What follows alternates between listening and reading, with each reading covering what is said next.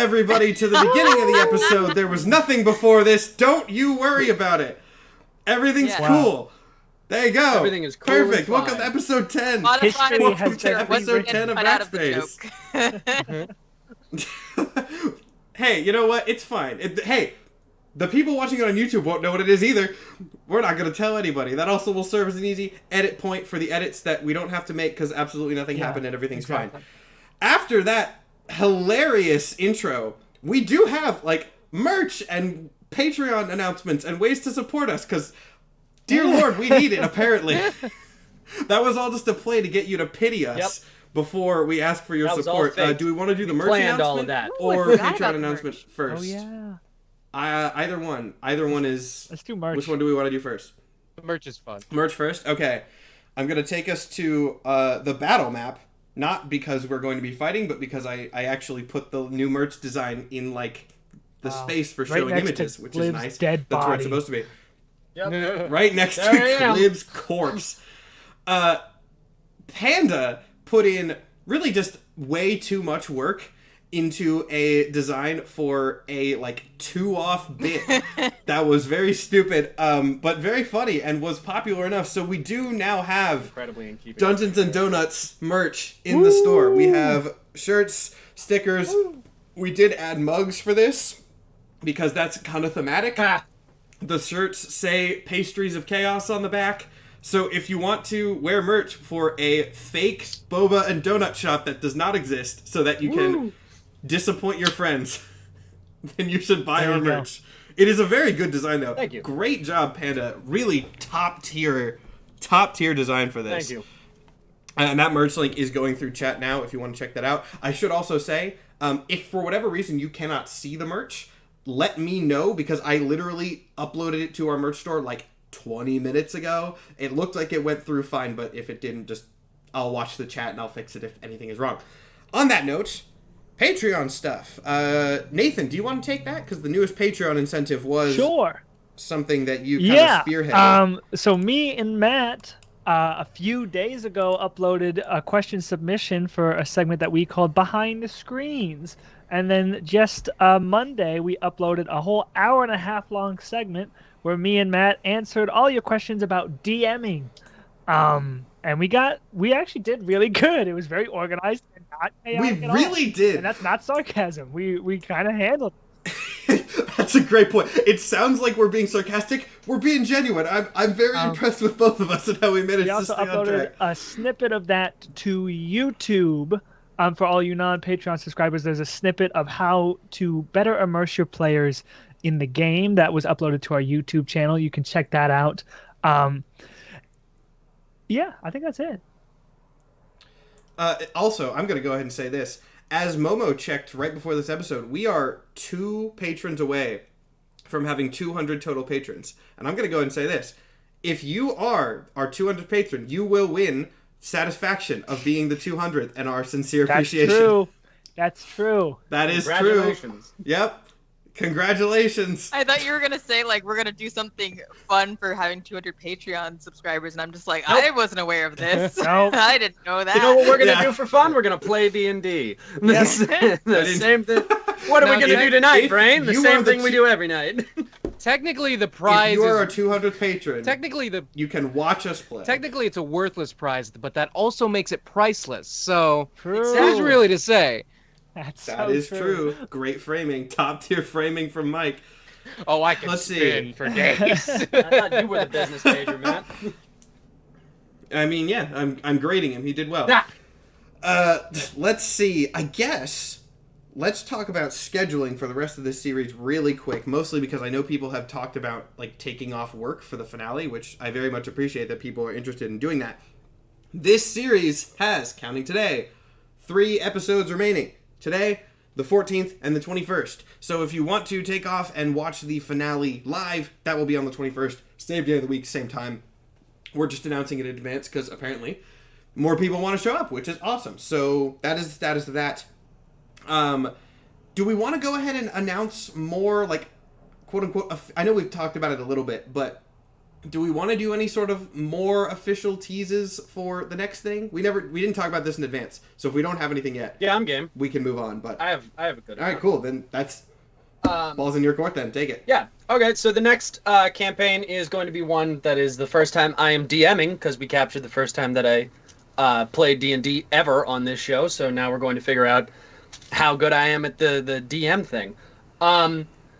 It's not going to be set in the same world. It is definitely a separate Elseworlds sort of continuity, similar to the way that the business venture was. It's going to be an 8-shot, if I remember correctly. And I actually have the doc open right now, writing out the story as I am getting ready. For just kind of a general overview for everybody who's going to be coming to watch it. It is a D&D campaign that takes place in a world where both pirates and cowboys exist, and those are the only types of characters that exist. You're still able to put classes in those, but you are either a pirate or a cowboy, even if you are something like a paladin or some kind. You're just a righteous cowboy.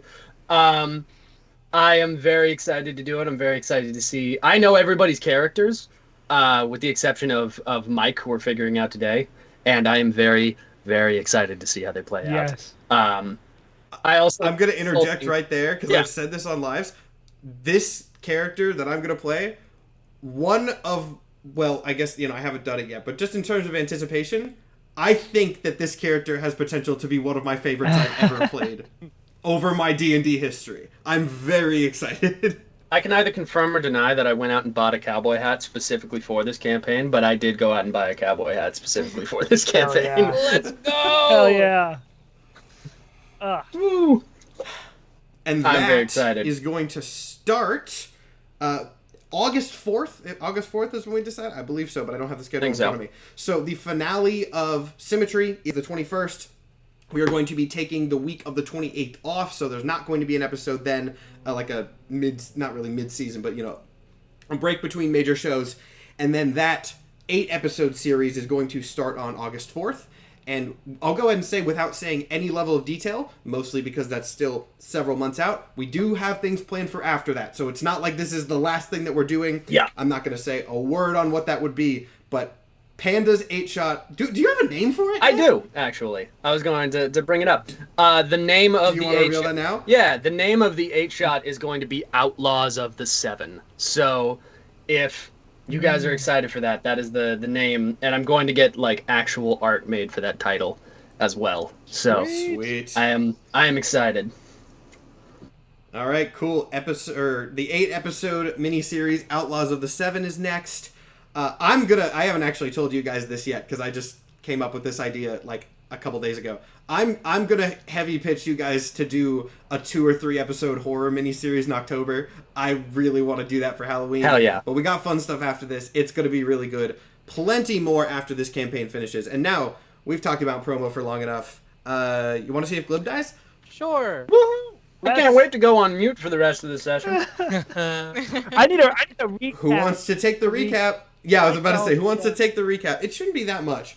It was a fairly, I don't want to say straightforward episode, but fairly linear episode, All maybe? I remember is we went to Meat Town, and then fought.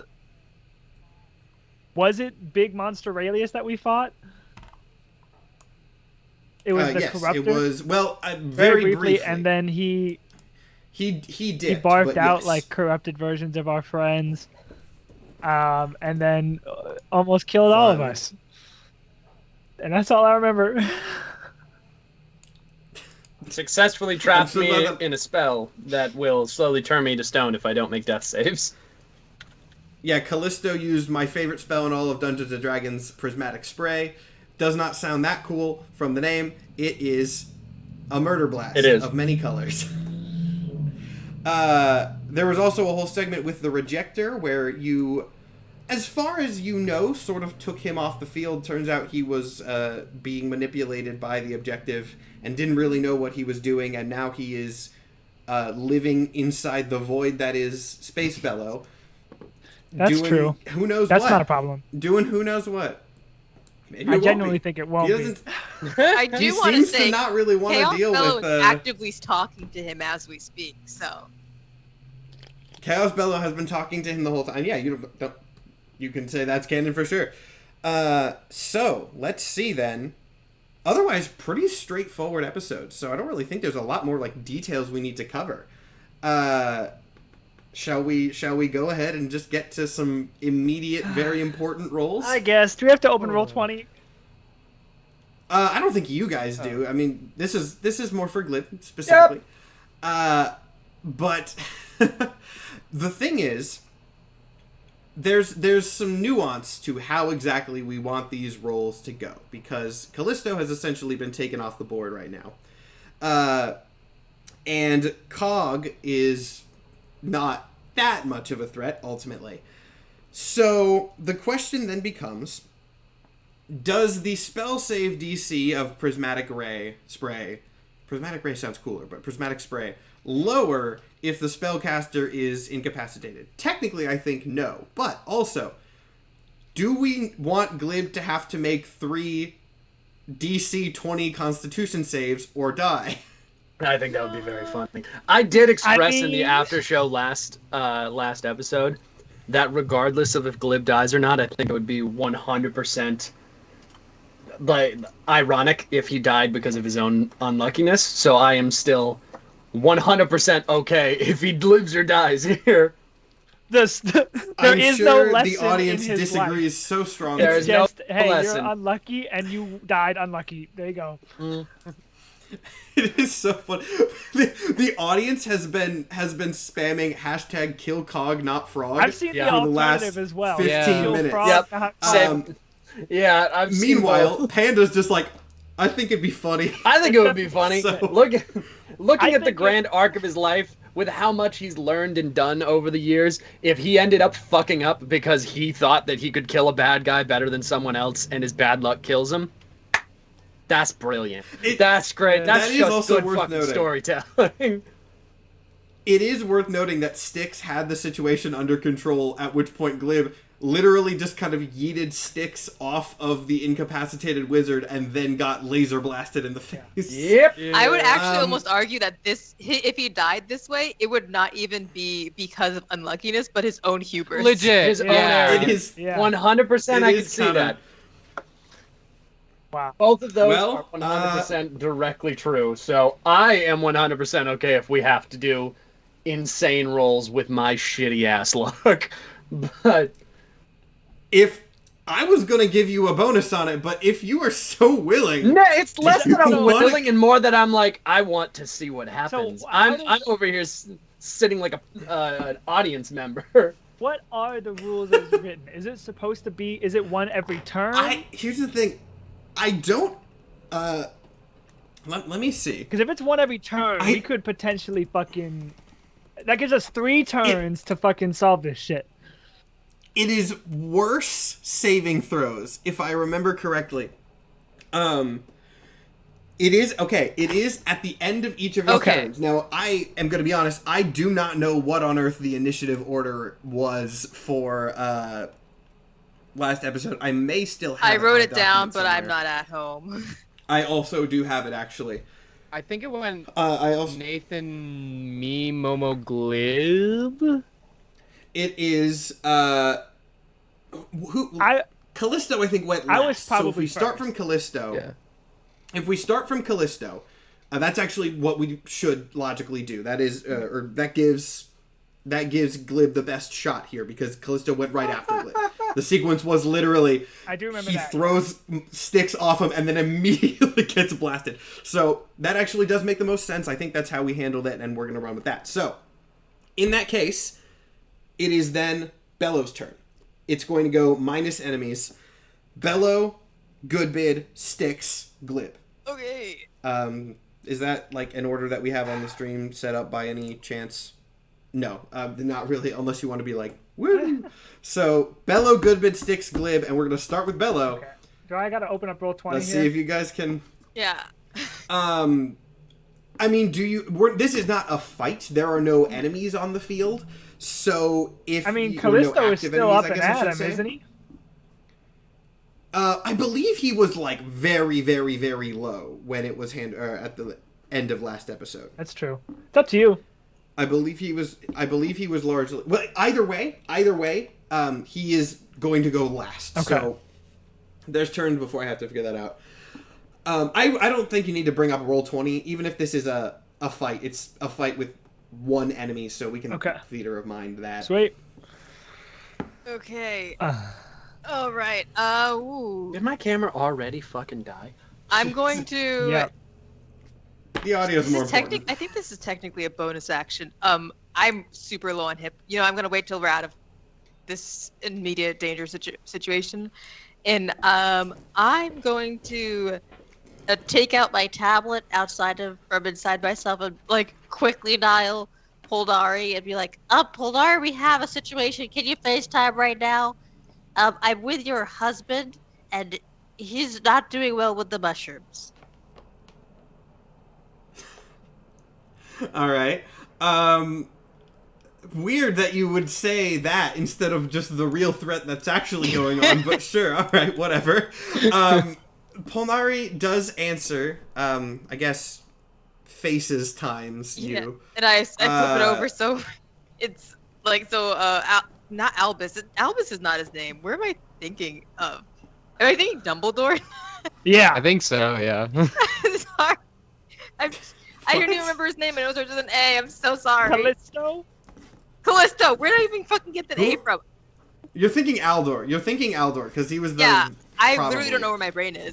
Callisto, I show Callisto, like, the screen to talk to his husband.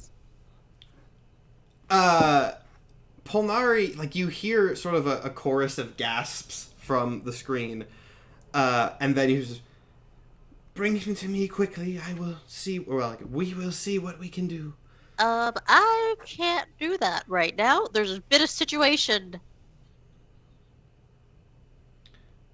What situation would that be? What did this? And then I, like, turn the camera over to Glib, who's been struck by some sort of beam. We don't know what's happening because he hasn't made any rolls yet, so I don't know if he's being petrified or not. Am I slowly being petrified? You would see him just like being unmoving, very slowly petrifying, but this would be happening like right after. So he's just just got not moving. So is he also down, like 0 HP? I don't actually think so. He actually did not go down to 0 HP, if I remember correctly. I did not. That would be a question for you, Panda. I am at 21 health, so I'm not doing great, but I'm not dead. You might actually be able to talk. Let me see the specifics of the restrained condition. I do believe that is the... Yes. Can you imagine if I have to make 6 saving throws today? Like, I get out of this, then get hit again, and then die. This would be terrible. So this is interesting. You actually do have a little bit more agency than I thought here. Woo. It says a restrained creature's speed becomes 0. Attack rolls against the creature have advantage, and attack rolls from the creature have disadvantage, and the creature has disadvantage on dexterity saving throws. So it is not a full stun. What I'm going to say is we'll do sort of the classic thing, like your feet have turned to stone, freezing you in place, and it is like slowly creeping upwards. Got it. So we're going to go off that. So you can speak, you can do things. That'll maybe help you out here. Got it. And the saving throw does happen at the end of your turn. So as Bello turns the camera to me, Glib is just like, guys! As the stone's creeping up his legs. Oh, man. Oh. Yeah, so as you can see, it's not going well. I'm trying to think. Approximately 6 or 12 seconds, I don't know how to do math. However many seconds it is to be my next turn, I'll open a portal, as I have just remembered that is one of my abilities. Okay, so next turn you can open a portal to bring, at the very least, you'll figure out how that'll work. But if that is your turn, that is my turn. Then we move on to, I believe, Goodbid. I mean, I'll take out this Callisto guy. I'll try to anyways, and hit him. Keyword. Hit him with Just hit him with a lightning bolt. 3rd level. All right. So that'll be a dex save of 17. He does not make that, actually. So this will probably be enough to incapacitate him if he was not incapacitated last time. I admittedly do not have his health total on hand anymore. He was not. All right.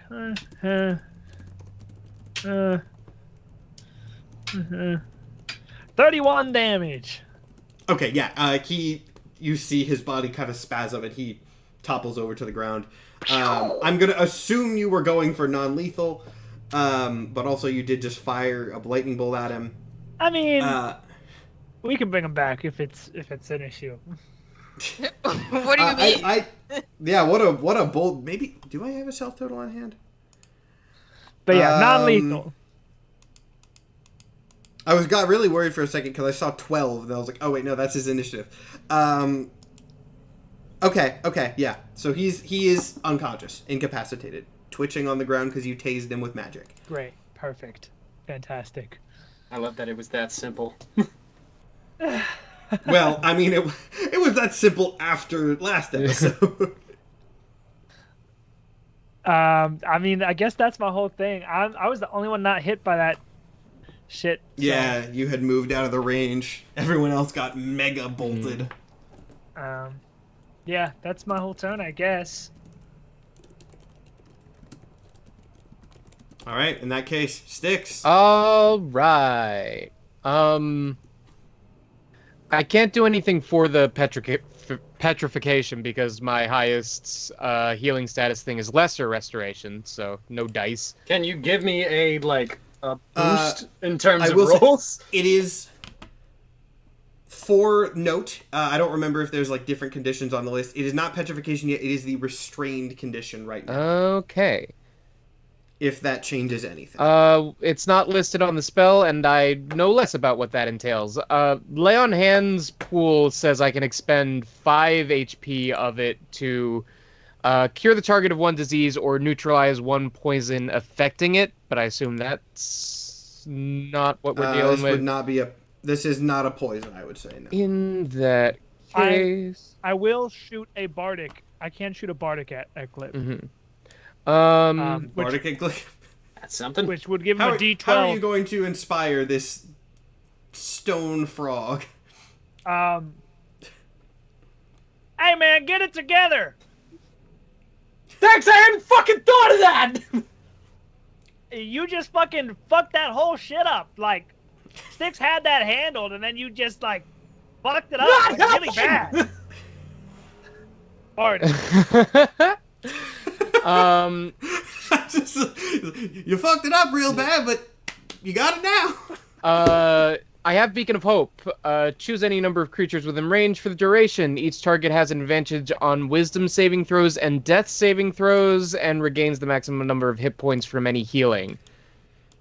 I will be kind enough to say that this counts as a Death saving throw for that purpose. Technically, it doesn't, but it really, for all intents and purposes, does. So I'll be a nice DM and say that these count as Death saves for that purpose. So I wasn't gonna say anything, but yeah, Glib, but yeah. And he casts Beacon of Hope. Why is all of the you got this things being like, you fucked this up good, don't die? Look, because you fucked it up good, don't die. You fucked it up, fix it. Get back on your feet. It's not inspirational at all. I imagine that there was just like a nice little pause where like the fight had ended, everything had lulled, Callisto was incapacitated, and then Glib started the fight again. like pacing wise, it was over, and then it started. I'm also gonna say Phase 2. Moved near Glib just in case any other shit happens, so I can have Aura of Protection and whatnot. My AOE help. Okay. In that case, it loops to Glib. Oh, what, if anything, can you do about this one? Okay.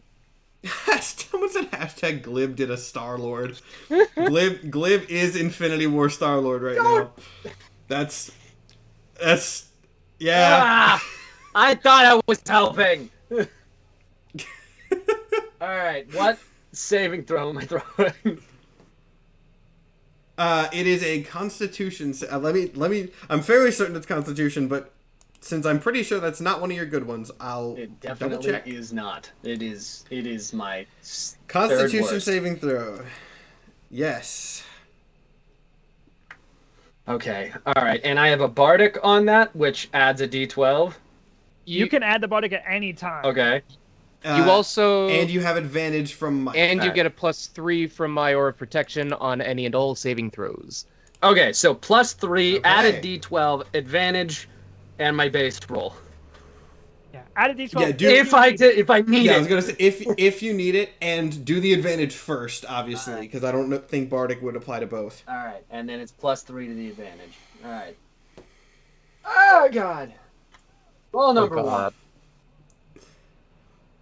Oh, And yeah, you're only gonna do one per turn. 20. So dirty, Okay. dirty 20. okay. Hello.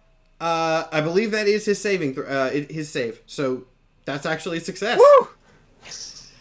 I just Don't Don't Let- even need the let's Bardic. fall off All right. the side and just fuck! I can feel my Okay. legs turning to stone. That's one in the chamber. That loops back around then to Do I Bello. need to make 3 successful ones? Yes, not consecutive, but it really this spell just forces death saves, but Gotcha. with All right. the keyword petrification instead of death, All right. which really only matters for like how you bring characters back mechanically. I can work with that. It's I'm treating it as death saves. It's really that essentially. It's pretty close. Bella's doing that thing that like moms in the 90s used to do where they put like the phone in like their like between their shoulder and their ear and it's like but it's a full tablet and it's like making a portal Doctor Strange style to like let Polnari Okay. come through.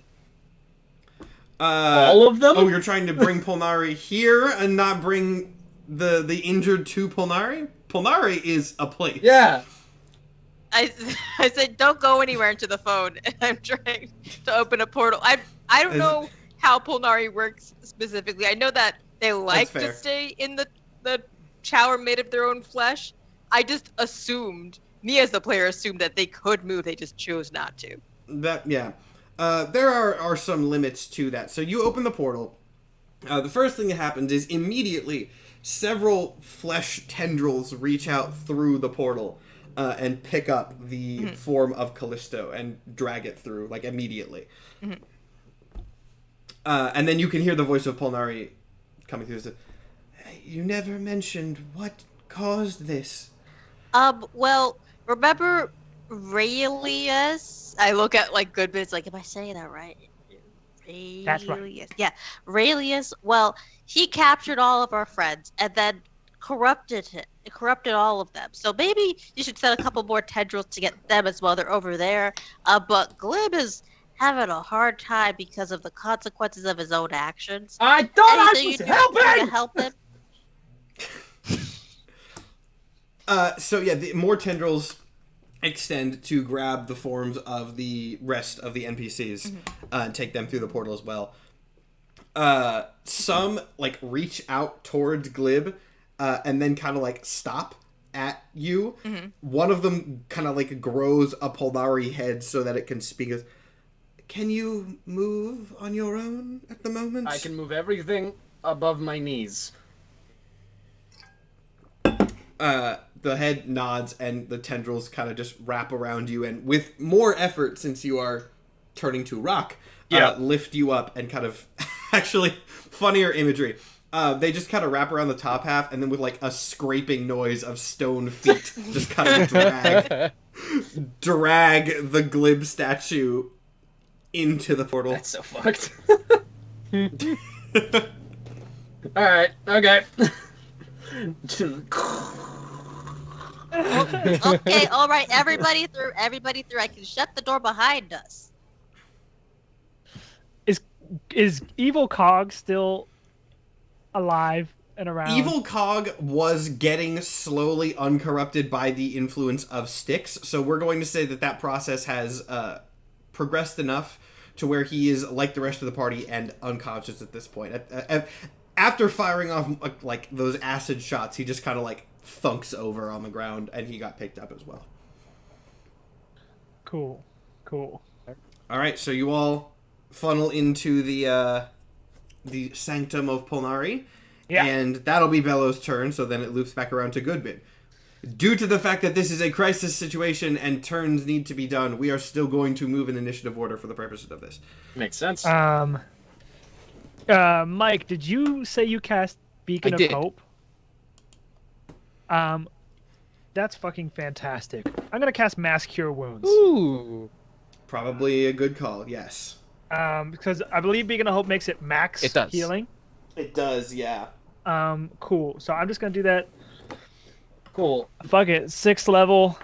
Who knows what we're gonna be getting into next? So we need it. 4d8 plus 4. So max that would be 36, I believe. And that's to everybody? 48, yeah. Yeah, that'll be everybody. It's like a 30-foot radius or something. So yeah, Okay. I can get everybody. So 36 healing to everyone. It was 66?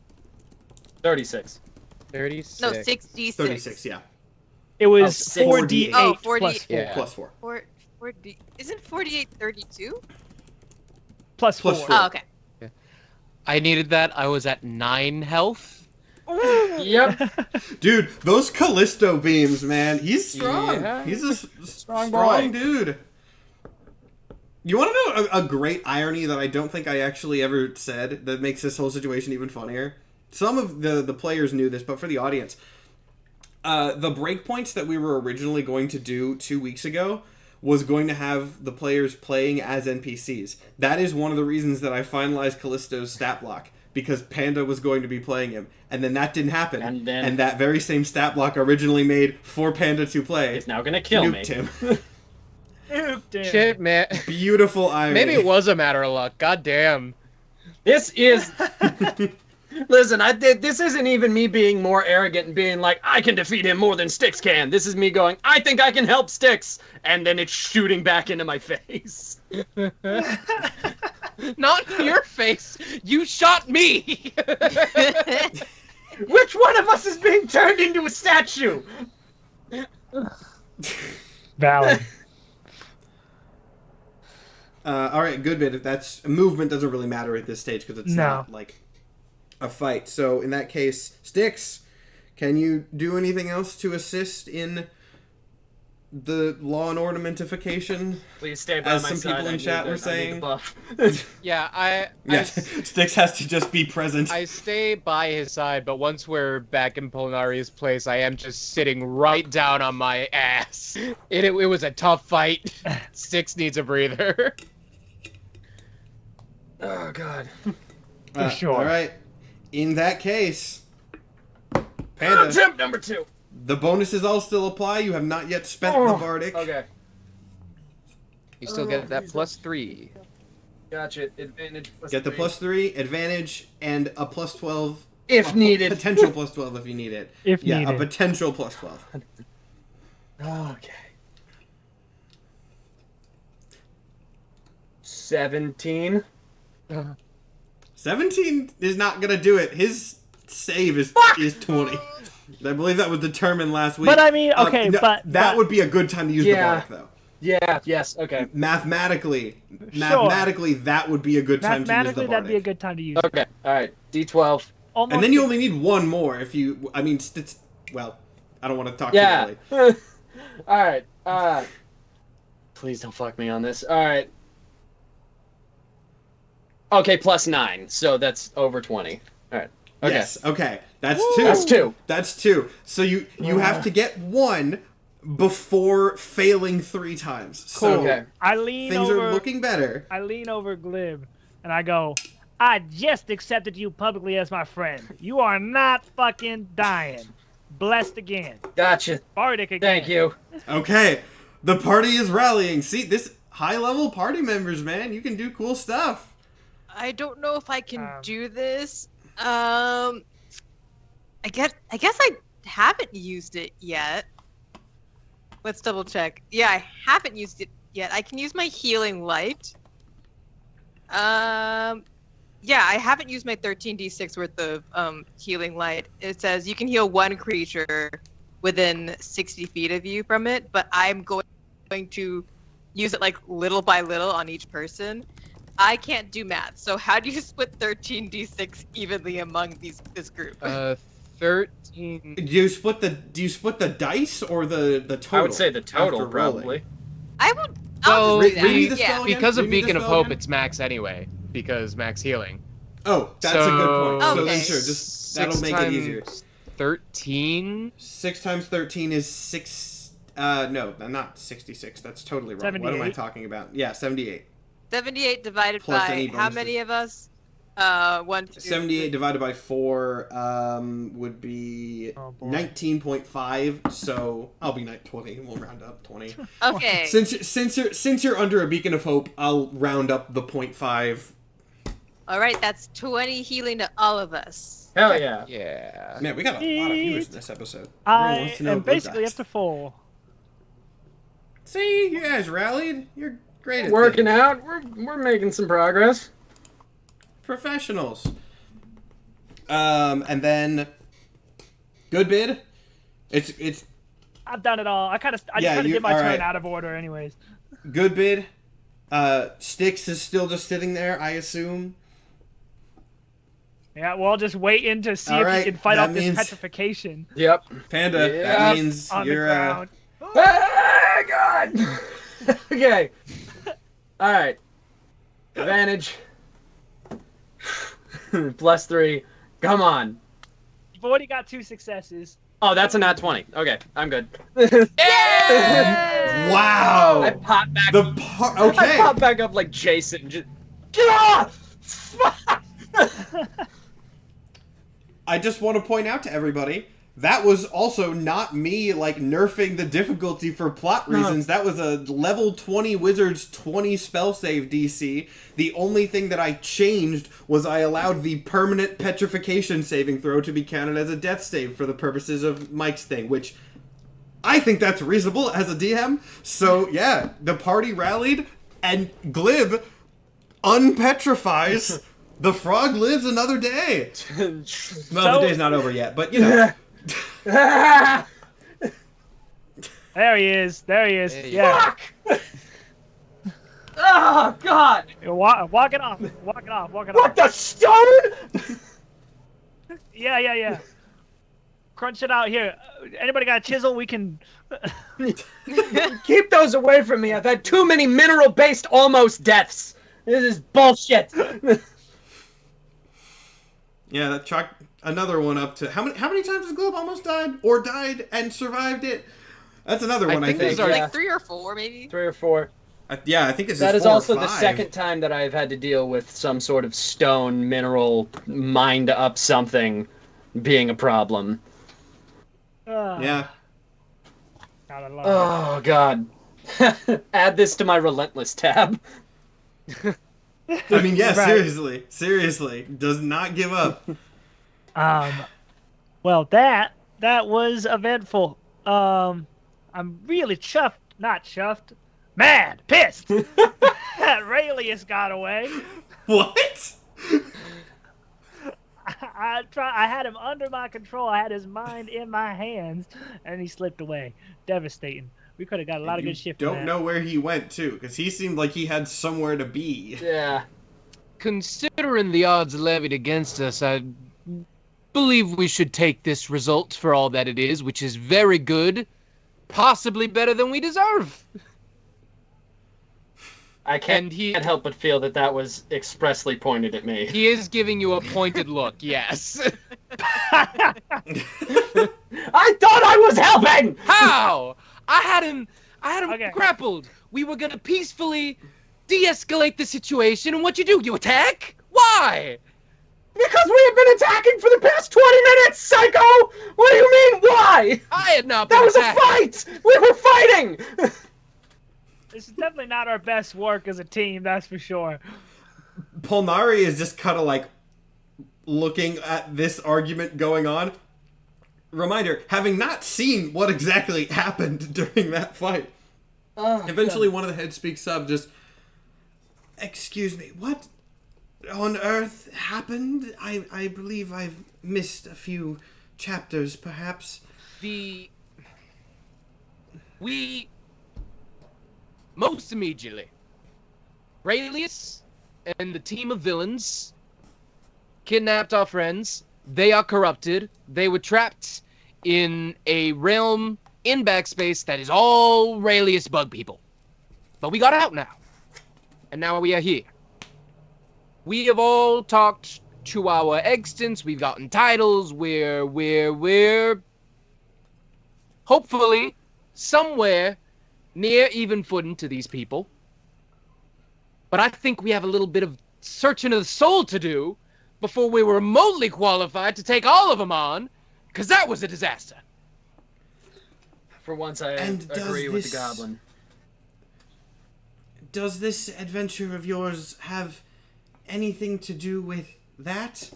Polnari kind of gestures to the wall where a screen sort of like pushes out through, the organic wall of the room, revealing a newscast of another member of the Empty Threat, this time the one that you have interacted with the least, the Nihilist, literally just smashing shit in downtown. Just like super villain rampage going crazy. So, well, I won't say that yet. That is at least a member of the problem that we're trying to solve, yes. Important note that got lost. We have one of them. It's like jerking a finger at Chaos Fellow. Oh, yeah! We do! All right. You do have one of them, to some extent. One of them. Can I reach in and grab him? Please don't send me back. I reach inside it to grab you him can out of myself try. all the time. Yeah, I reach in Alright, and yeah. try to grab him. Make a strength check, because his ghost arms are going to try to oppose it. Let's hope for a nat 20, guys, because I have a +0 to strength. Where are my dice? There they are. Under my desk. That's good. Even 10. Woo! An even 10? Woo! Even Well, 10. maybe he'll get real bad. Hold on. Is that mat gonna fall off my desk? Maybe, but I'll do it that when it happens. Amazingly, he rolled so low. Let's go! You're actually, yeah. So you actually do feel like it's a very strange sensation. You feel some stuff kind of like smacking at you as you do it, but then you get a hold, and I mean, you got him in your grasp. What are you just kind of Pull him out. I say, Bob, it's time to wake up. You take the projector, kind of just like chunk him out into the room. He goes flying, and then you see like an indent of one of his large ghost hands kind of slam into the wall, sort of like bracing him so that his physical body does not hit it.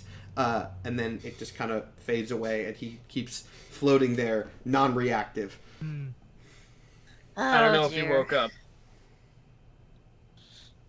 Well, I'll handle that, but Polari, I think you have to handle fixing our friends, because I don't know how long it's gonna take to fix the corruption. Polnari, other heads of Polnari, I guess I should say, are working on analyzing them as this conversation is going on. The one that you're speaking to kind of, we are attempting to determine the nature of the situation, but it's too early to tell what can be done. Any more information could be helpful. You said it was Aurelius that did this. Do you know where he is? We could perhaps do better work if we could understand the source of this. He scurried off. I mean, this is a stretch, but could I somehow use my coordination powers to figure out where all of the people that we want to fight or stay away from are? Such as Raelius? There's a reason that you maybe could. That's a stretch, but a stretch that I like. If you can tell me what that maybe reason is, I'll give it to you. I want to coordinate our future actions so that we avoid them. You're overthinking it. You're I don't overthinking think I it. am. What is another word that sounds like coordination? Oh, God. I don't... Is it? That sounds like coordination? Oh my That's god. very similar. to do location, Mike found it. Nathan? What? If you wanted to do longitude and latitude, Jack got it. what would you need? Locate. Oh. Can I'll give it to do you. I know his coordinates? You can try to find it out. Fucking, I think about it. I guess. I'll give it to you. Okay, that'll take a second, but you try to think, thinking about like where, his base was, what direction he went. Maybe, possibly, you could figure something out. But as that is going, one of you gets a call, and I'm trying to think who would get this call. Probably, you know what? The call is going to go to the most outwardly reasonable seeming member of the party. So Styx. Oh no. I'm offended. Styx, you get a call. Well, I'm not, you'll I kind of get get why. You'll get a call. You'll get why. Styx, you get a call on your tablet from a number. Actually, it says unknown number. You know, that'll happen sometimes. Styx just like kind of sheepishly waves his I'm getting a call. I'm gonna answer, but just be ready. I don't know what they can do with phones. All right, I'm answering. Hello? You pick up the phone, and instead of like going to a face call like it usually does, the screen just kind of goes dark, and then you hear the voice of Emerald Oh! come through the Okay. phone. He still sounds kind of drunk. Not having the best time. Goes, hey, sorry, I went off the grid there for a bit. I had an idea, and it was a kind of good idea, and then it was a kind of bad idea. I might need your guys' help if you're good. I can maybe get us some friends to help with stuff. Emerald. I'm sorry, I drank more. Emerald. Are you anywhere you could splash your face with water? Because I need you on your A game, because we have also had a day. Is that fucking Emerald on the phone? It is Emerald, yes. He's alive. Now what happened to you? No, We'll yeah. give you our Traitor progress. shit, it's You on guys- the phone? You guys sent me to go check on the ship, and the ship seemed fine, but then before I got back, I was like, oh, I should go check on some of my other stuff. So I went and checked on some of my other stuff, and that took a bit, because there's... My friend, if we are gonna cooperate, I would like you to clarify what this other stuff was, because I have had enough with my patience with the secrets. The kids. The kids? The kids. What kids? The kids. The kids. The Emmys. kids. The Emerald, tiny, you need- the tiny me's. The little U's. The me's that are babies. He has little emeralds. Yeah, What? we He actually was did checking that. on. Did you not know that one? No, I did not know that. Yeah, Tell you where I they said are. I've been keeping them. All right. Continue. I've been trying to keep them like safe and isolated and stuff, but I think the stupid, the tactical suit guy, he wanted to know where they were, so I think he followed me, and now he's gonna try to go and get to them. But if we get to them first, maybe they can help, because they're like mini-me's, and I'm pretty cool when I have not had so much alcohol. So maybe they can help? I don't know.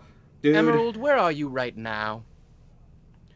that's a not easy question Emerald, to answer where in are you right normal now? words. It's not, no, dude, it's like a weird, like, cosmic, it's not like words. It's the school where I put the mini-me's. Mini-me Academy. Academy-me. Yeah. Mini-Me Academy, and you have a plan to get us there? I can do that, but I can do that. Out of curiosity, are you on speaker No. when you're doing this, or is this just a one-to-one One-to-one. conversation? Okay. Mini-Me Academy. What? I'll fill you guys. I think we should take this one step at a time. All right. So, how exactly do we get there, and what are we supposed to do when we get there? I can bring you to the entrance, and then we gotta figure out a way to get the mini-me's out before the objective gets them, so that we can... Yeah. Okay. Are you okay? I haven't been okay in a bit. Mr. Goblin? Are you in any immediate danger? I guess not. Then here's the thing. For the past however long, you have been running this entire show with your secrets and your whatevers, and I'm sure it was very stressful, and you got a lot of build-up. But fact of the matter is, the world already ended, but the world's ending again. So you gotta hike up, splash some water on your face, smack yourself around, and do whatever you gotta do to get on your A game, because otherwise none of us survive. So I want to call you again, and I do not want to hear any slurring. I do not want to hear even that slow pace in your voice. I want you to have bright eyes and bushy tails, because nothing else is going to cut it. Do you understand, young man? There's a brief pause, and then you hear, like, some shuffling sounds, and after a moment, you're like, I'm sorry, I dropped the tablet. That sounded like a good speech, though. I didn't hear much of it. Drink some water, hydrate. We're gonna come get you, and I'm just worried is all. So just get a handle. We'll get a handle on our end, and we will rendezvous. Call me, and when you're ready to go to the academy. Yes. That's not a good name. I'll come up with a better one. Low on the list of priorities, but if it makes you feel better, then do that. It's okay. Well, I'll do it. It's fine. All right. We'll talk again. Okay, goodbye. Okay. As you might suspect, another situation is brewing. Emerald is at what he has called an academy of mini-me's. The objective is they're trying to either kidnap or... What? All the kid emeralds. I assume you were traveling with one. This is where they were. So, I think we all need to take a beat. Because one of our enemies is rampaging the city. The other one is trying to end the world as we know it. And we all have just been through a big experience. Are they being So, Glib, I know that you can't breathe, but take a beat. Because I know this is all still very charged for you, but you can't think with whatever you were thinking with back there. All right? I need you to answer me a question real quick, Yeah. Styx. Mm-hmm. Were you on the phone with Emerald, I was. the one guy who knows where my adopted kid has been taken? That He is told correct. you where they were, and you stopped him and hung up the phone before we could go and get them? Yes, Glib. We are in tatters. We need to take a beat. If we jump right in, we're not going to be great. So I think we can all just pause, have a tactics meeting or something, or just... Glib turns around and he just starts walking away, like fuming. Just. All right, time for the DM to interject here really quick, because, as I said earlier, we are in the last 3 episodes of this show. And because this is a show where we have scheduled finales, this episode is going to flow a little bit differently. Oh boy. So, at the moment, there are 3 things going on. There is the Nihilist rampaging around, destroying shit, supervillain style, for reasons unknown. Like, probably killing a lot of people in the process. There is Raelius off doing something, who knows what, and Raelius is probably pretty important to the likelihood of success of curing the NPC friends. And there is some level of threat from the objective on this mysterious school of Emmys, the exact nature of which was hidden through Emerald's drunken rant. These quests will all affect the finale, depending on how completed and how successfully completed they are. God damn it. It is now in the party's hands how you want to use this remaining episode before the finale episodes to best optimize your scenario for this final conflict. So we got the Nihilist lady, we got the objective. I don't think he's actively there right now, but about to come and kidnap or kill all the Emmys. What were the other ones? And then Raelius. Raelius, which we... Raelius has an unknown mission that you are that Did I is probably important figure out... and is important to curing the NPCs. I was thinking, well... I'm gonna go ahead and say you can. Yes, okay. You can get a rough beat on his location. He is moving, but enough that you can track it. Do I know where he is right now? Sorry, go ahead. Because that might affect my decisions. Yes, you do. I'll say you know how to get to him. You don't necessarily know exactly where. Okay, I don't know he is. what realm. I mean, to continue the sort of coordinates analogy, you can take someone to him. You cannot describe the location where he is. Of course, Does it's that make mystic. sense? Yeah. Okay, so Goodvid rubs his temples and goes, Styx, did it sound like the Emmys were in immediate danger? I don't believe so. Emerald still seems a little sluggish, so I think we might have a little bit of time. We got a lot of shit going on. I'm fresh out of resources. I got no magic left in me right now. But Polnari, can you... were you the one that could refresh us? That is something that is within my abilities, yes. Okay. Well, One I moment. can deal with being tired. And, whoops. Polnari, yeah, he rests. Long rest us? all. Fan-fucking-tastic. Yeah. Give me that shit. Give me that shit. Ugh. Great. So now only my mind is exhausted. That we can deal with. Yes, you do not have the psychological benefits of rest from this, but you do have the statistics benefits. We got a lot of Mechanics shit benefits, going I guess I on, should say. gang. I can tell. I can personally using something with my coordination. I can get myself or lead others to where Raelius is at. The Nihilist is causing a ruckus, and obviously, Emmy is high on the list of importance. What do we want to do? Really quick. So whatever Raelius is doing will have an effect on if our friends are cured or not? So all three of these quests will have some level of effect on things. I'll go ahead and kind of run through the status. You don't necessarily know what the Nihilist's reasoning is for smashing stuff, but she is damaging things and killing people. So that's the more immediate threat of that. Maybe there are bigger plans at large. If so, you don't know them. The sort of stakes of the Emerald quest are the school of Emerald is possibly, is in danger, the level of danger unknown. If you can get them, their collective power might be able to give you some sort of advantage. And then Polnari is currently working on healing the NPCs.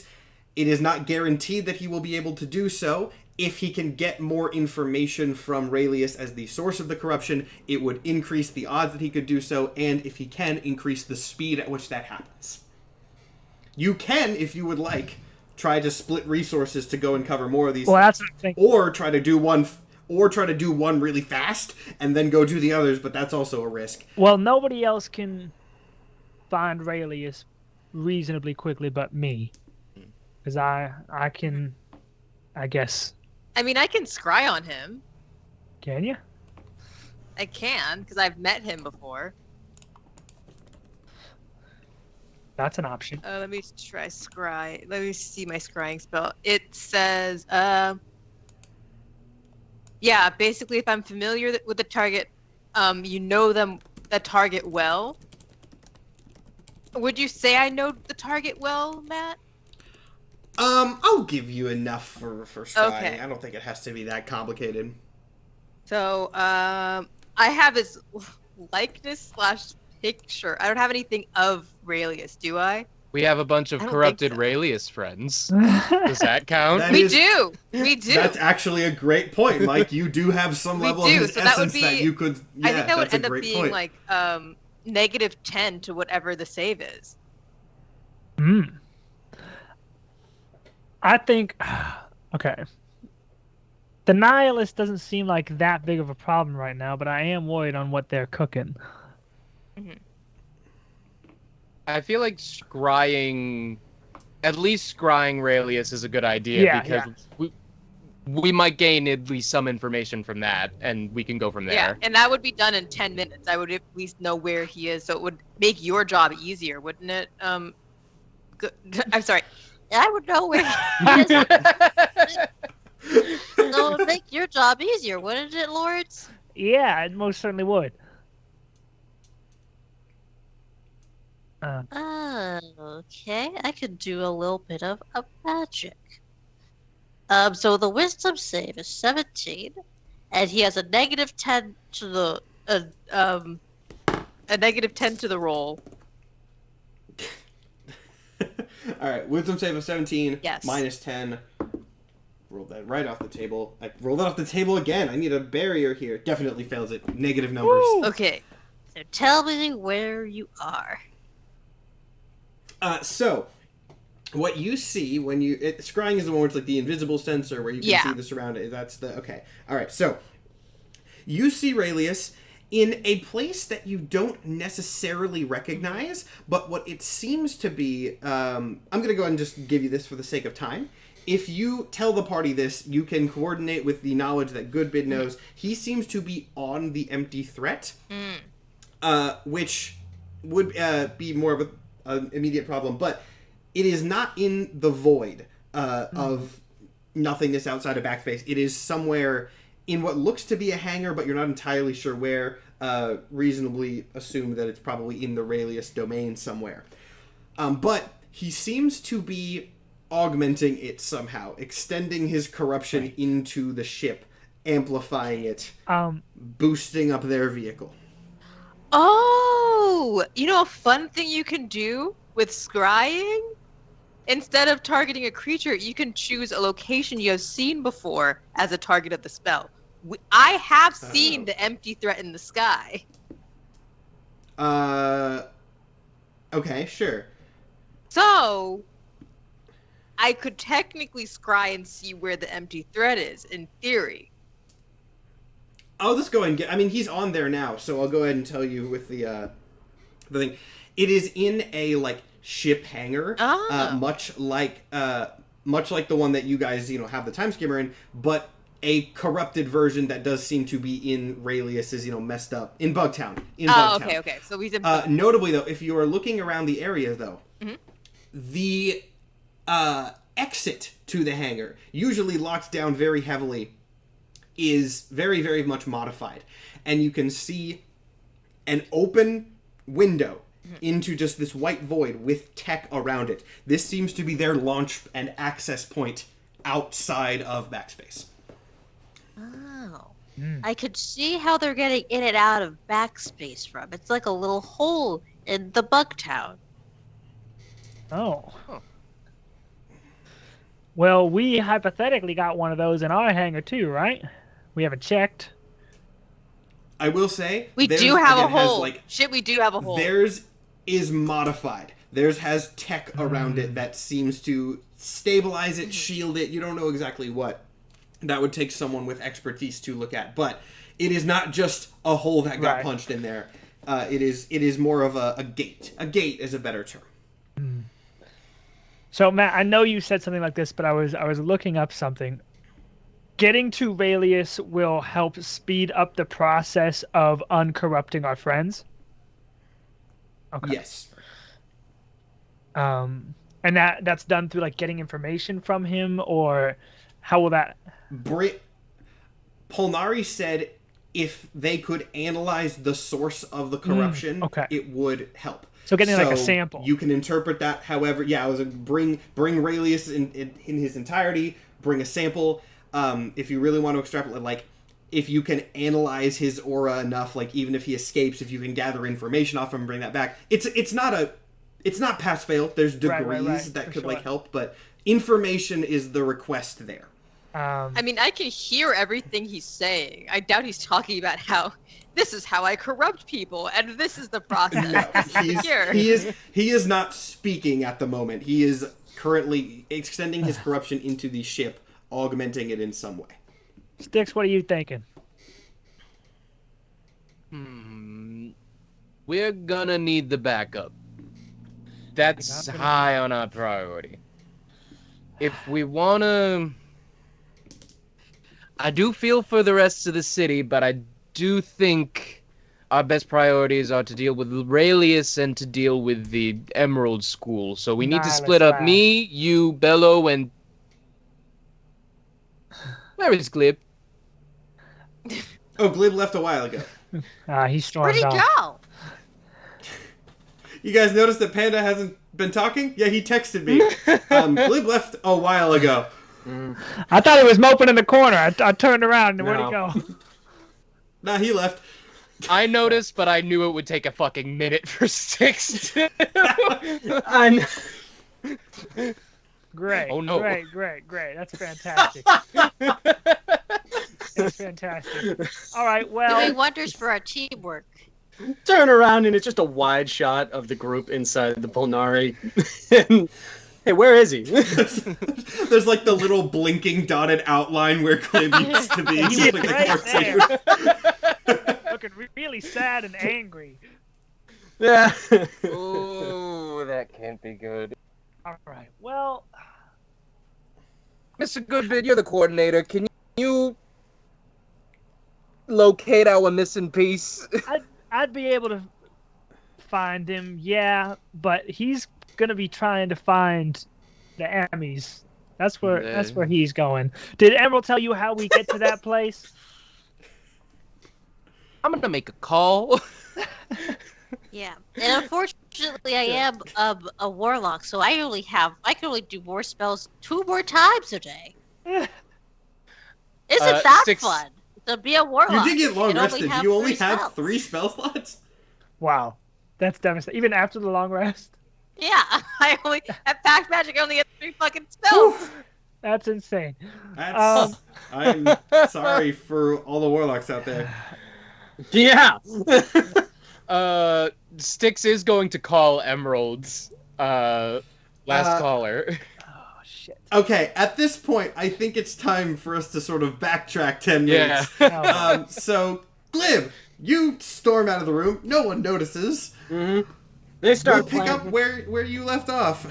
I had my argument with Styx. I learned that he chose to hang up on where Emmy is, and I immediately left the building. And the second the door closed, opened up my tablet and called Emerald instantly. Ah. Emerald picks up and goes, oh, hey, did the goblin tell you the Fuck the goblin. thing? You're just bringing me. Okay, whatever. I probably would like the goblin more than you, but it's Don't give a fine. shit who you like. You're bringing me. Alright, cool. Close your eyes and just start running forward. I can do that. I close the tablet. I put it back in my bag. I line up fucking Flash style and close my eyes and just start booking it forward as fast as I could. After a second, you slam headlong into a wall and just hear this wild, drunken laugh from the tablets. You fucking fell for that? God damn, dude. Glib is laid out on the floor. I want to kill you so badly every day. Oh God, I hate you so much. Okay. So, I'm kidding. Just I'll do the thing this time. Do it again. Glib lines back up, and in his head, he's like, I'm gonna run through the next fucking wall. He's trying to relentless himself up. Like, I'm gonna plow through this next fucking wall if he tries to Charlie Brown my ass. And he runs forward as hard as possible again. You run forward, eyes closed. It takes a little bit longer this time, but you do hit and subsequently smash through a wall. But then, off a few feet to your right, you hear everyone go, "Wow! No, what the? Why'd you do that? God! Where are they?" Welcome to the place where I put the mini-me's." And he kind of makes this grand sweeping gesture towards this large, I'm just going to call it X-Mansion style building. That's fine. You're in sort of a weird pocket dimension. It's kind of spooky. Everything is very grayscale in color. Does it remind Rather than having Does it remind me of... This is probably not anything. Does it remind me of my extant trial? I would say no, not really. Okay. It's more just like, this is sort of a secrets realm that he made, so it's full of the sort of smoky fog that he usually appears in. There's like clouds of it Yeah. up around the roof of the presumably dome that you're in. Gotcha. You don't see anyone walking around. For all of its, gray and kind of creepy drabness, it does seem decently well maintained. Mm-hmm. Looking around. All right. You happen to have any healing spells on you? No. That's not what I do. But He left before the I did. long rest. I left He texted immediately. me before that, and I was not gonna. Could your hubris not kill you for 5 minutes? Why is this assumed to be hubris? My fucking son has been taken. Of course I'm gonna go and get him. Blame this on bad luck. I'm not blaming this shit on bad luck. This isn't hubris. This is neither Episode bad luck 10. or Maybe hubris. he's- This is me going after someone who's important to me. Episode 10. Maybe it's not bad My luck. path and me going for it anyway. Maybe it's At me, this point- maybe it's Maybelline. I'm gonna advance time a little bit. We'll say that Glib walked a little bit farther. So at this point, just to synchronize everybody's thing, Mike Styx's call goes through at this point. So Glib, you're witnessing this call from the other side. Got it. I'm not stopping. but I'm going straight towards the front door. I didn't think so. Emerald picks up and goes, "Oh, hey, the frog's here already. I think we're good." No, we are not good, Emerald. Then why is the frog here? Because I told him about the predicament. He walked out, and now he's there. And did I mention that just 5 minutes ago he was about to be turned to stone? That seems pretty normal for you. my goodness. Great point. Okay, Glib's already there. Do we all want to try to go Yep. get him, or should just one of us, and are we gonna split up? Well, if it's just one of us, it should probably be me because no offense, Glib does not like you two. Oh, I very have much. reached the. That's fair. That's fair. I have reached the end of my fuse of patience. You can get for Glib, yes. Do you two together think you could handle either Valius or the Nihilist on your own? I think we got it covered. If we, I'll believe Especially we with can. Bob here. I believe we can. That's not a good sign. That's all we got. Okay. If you believe it, I believe it, Styx.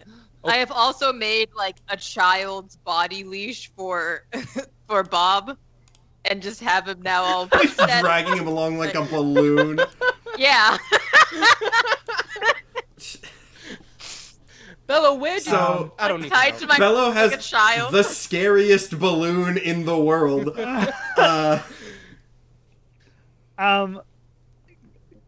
Styx, can you tell Emerald to bring me in? Okay. Emerald, for better or worse, you bring Mr. Goodbid to your location and try to make sure Glib and him do not die. Yeah.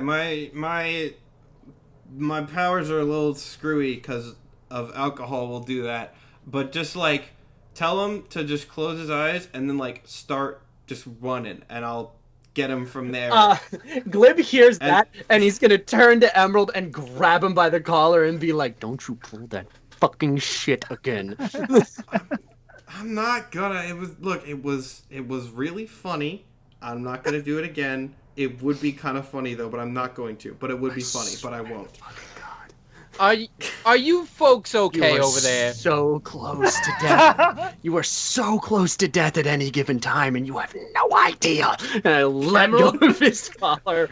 Emerald, do not listen to him. Positive thinking is the only thing that's getting us out of this mess, all right? Polnara, do you have any water here? He can get some. Yeah, he sends for some. Miss- He doesn't. Mr. drink it Goodbid, you him- make He doesn't sh- touch the stuff himself. You make sure Emerald drinks some of that. He needs it. All right. You got get it. Good Bid now has his bottled water. Okay. All right, I think we're all Good set. Bid brand bottled water. All right. I'm closing my eyes. Good Bid Springs. And I close my eyes and run. Yeah, you just sort of... I mean, the question is, I guess, how... You feel like a change in the air around you a few seconds into your run. Which I assume you stop at that point, but if you want to run into a wall as well. And you see the same scene that Glib did. Emerald is standing in front of you. Glib is already several steps towards the building. All right. Operation Get Emmy. Oh, Is in good. motion. It just sent you. I was not going to be able to deal with the other two. No, that was per my recommendation. You're welcome. Good idea. All right, now, for the sake of doing a split the party scene, let's have Bello and Styx decide what they're going to do, and then we'll kind of cut back and forth between the two so we don't spend too much time on one group. These are... The two people who make plans are now gone. it's now the butterfly and the goblin. I think Styx has come a long way since his Styx first step. has come a long way. He has, but I feel like Styx is very much at the end of his rope in terms of how much shit he's willing to deal with. So I feel like it's less planned and more like, this is fucking bullshit! You know, I All normally would times. agree with you. Normally I would agree, but after you left, or no, not after you left, you were there. You hear? He called Emerald a young man. You did. Dude's got some chops now. I think he's kind of he's got some grit to him. He's That's hanging out with us entirely too the much. reason that I'm here. You did. My point is that plan did not work. Obviously, seeing as where we are. Let's go ahead and set you Smash guys up to like cut getting back. to the location. Yeah. Styx is sitting against the wall with his head in his hand. What are we gonna do, Bello? Well, we got What a are we couple supposed to options. do? We got a couple options. We either go down back to Bugtown, of which I could open a portal there. I would have to keep it open in order for us to get back, so that could be a possible problem. Or I could open a portal there. We jump through. Oh no, it's a different day now. I could open it. I could open another portal. So we could easily get there and back, which is good. But we'd have to figure out how to sneak up on Aurelius and get a sample and get back to Polnari. Okay, okay, it's sneaking. Anything after that is no guarantee, but Are you sure? Your armor is super loud. I am shockingly light-footed, yes. Most of my attempts are successful, weirdly. Okay. Okay. The attack part, that's where the problems arrive. Look, That is true. All they need is a sample or info. They don't have to fucking fight the guy. okay, Yeah, this is not necessarily a boss fight. okay. I just want to confirm, they're talking about collecting a sample of Raelius, right? Yes. The same Raelius who just rocked all of our shit? Yeah. Okay, great. It's All right, not cool. easy. I but- just wanted Easy, to but make it's not a sure. boss fight. Okay, espionage mission in Bugtown. We could do that, or we could go talk to Miss Nihilist. I'm really dreading that. Oh. Like, if That I'm one's being honest, statistically more of a boss it fight. feels like Yeah. she's sort of a diversion. True, first of all. Second of all, it doesn't seem much a talking type. And I feel like the only way we got... And pointing at the rejector, it's because he was willing to talk. Yeah. Speaking of... He's just kind of floating there. Is he... Styx kind of like... tentatively reaches a hand and likely like... You feel one of his large arms block you from touching him. It does not, like, throw you like it has in the past, so maybe that's progress. Right, that's just me. Bob, can you hear me? Hello? Mr. the Rejector, we'd like to have another audience, if it is convenient or possible. Nope. All right, okay. I'm sick of hurry up and wait. You listen to me. Sir, we did not get you out of your own mind just for you to retreat into some other isolated space.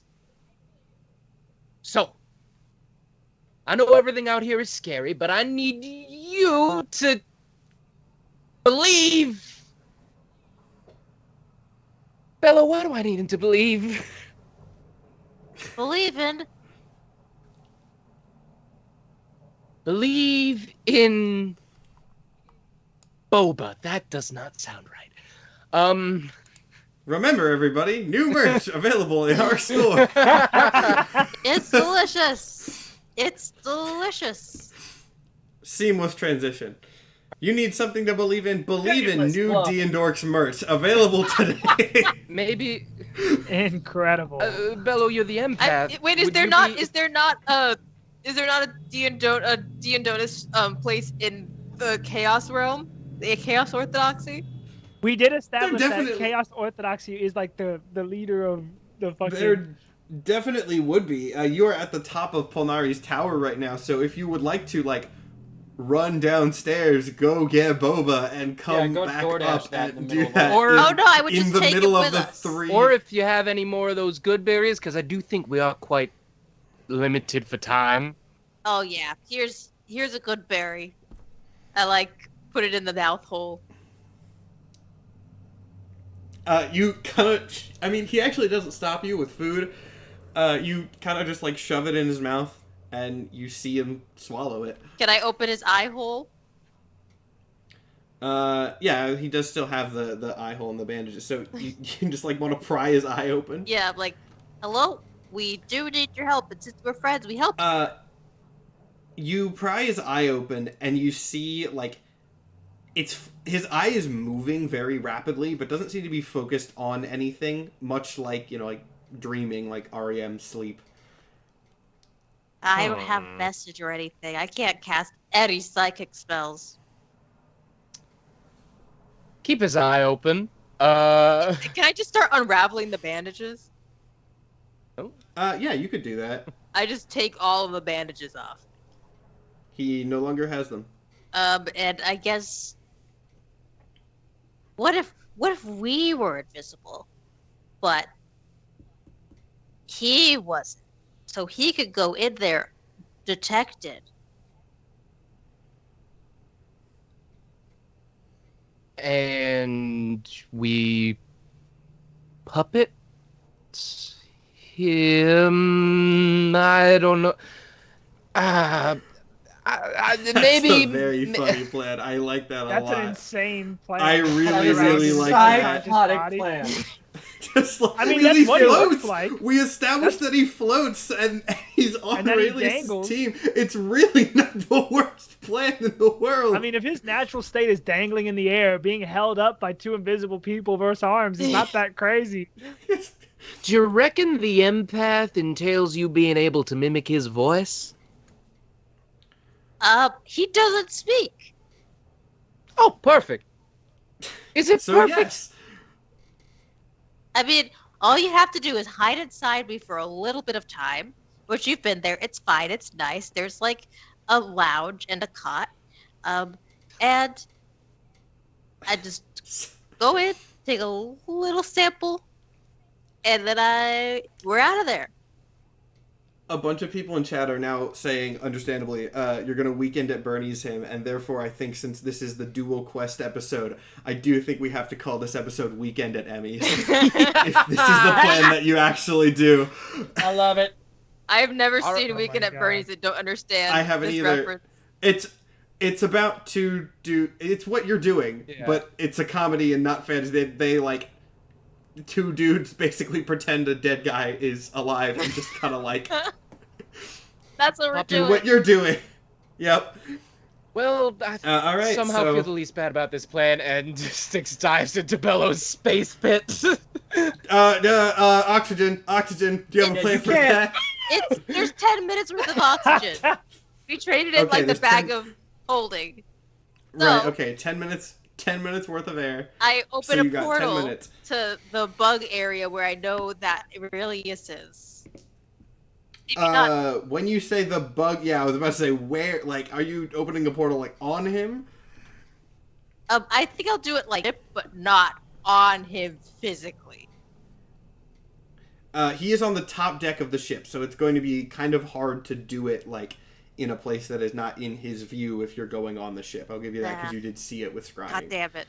And since I think this plan is going to be shorter, we're going to start with this, Oh, and then as this no. goes, we're going to cut over to the other two. I'm alone here.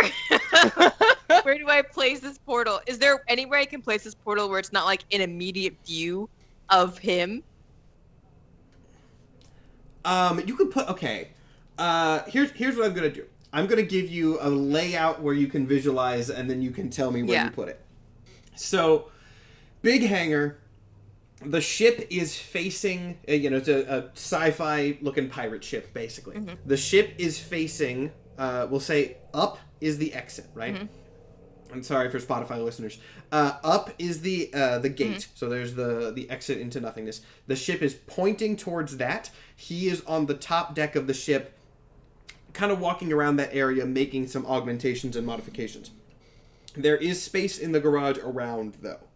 I'll place it in the garage around. Okay, on what side? But that being like sides, back. I guess the back side, not the side that is immediately. I would not step out of the portal and be face to face with Aurelius. Yeah, behind the ship makes the most sense. It's a pirate ship, so there's like a captain's quarters that you can kind of hide behind. So, you open this portal.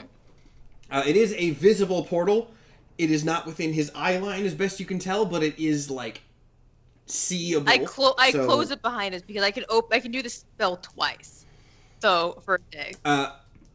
Okay. Make me a stealth check for entering. Do I get advantage because I've been visible in the? Oh, did you already turn invisible? Yeah. In the thing. Okay. In that case, I will note it, but you can. So actually, yes. Give it with advantage. Sticks do the same. Pretty good. Well, he's inside me. Yeah, do I need to? Because I'm. Oh, right. Never mind. Then just Bell. That's just 17. 17. That's probably fine because you're out of his eye line. But I'll go ahead and you're fine. Yeah. The only person that is visible is oh my God, Bob. Yes. So we just creep our way towards Aurelius. I'm assuming. Creep your way. Okay. Mm-hmm. Given the comedic nature of this plan and how exactly this is going to go, scared. I'm going to need you to give me a much more specific description of how you are moving than creep towards. You're going to need to tell me a lot more than that. I don't know You how are puppeteering a man. But we're just like creeping. Oh, we're like, I guess I'm on one of the invisible legs and I'm just being like walked towards Aurelius.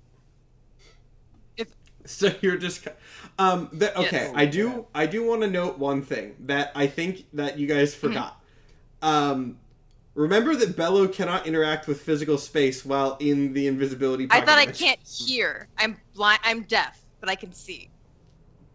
I believe you also cannot touch things. Did we establish that? I do not recall. Chat, correct me if I'm wrong. Chat, please. I chat also don't have my because notebook. I think that was determined. I remember that you couldn't touch things because I remember the first time you used it was when I was going to sacrifice right. Chaos Bello, and you were coming to like jump in, grab him, and jump out. Yes. So Right. you can't Bello touch is anything. You're just in a eyes, spatial space. distortion. Right. Okay. Yeah. Yeah. I don't have my You notebook cannot touch- with me. You cannot touch anything Okay. in this. So I can't touch anything. So I guess I'm just like floating alongside our friend Bob. Okay, so we have the dubiously conscious rejector just kind of floating there, and then Invisibello also floating there. Yes. So Neither of you are moving at the moment. correct. So I'm assuming that Polnari did give us like a sample collecting container.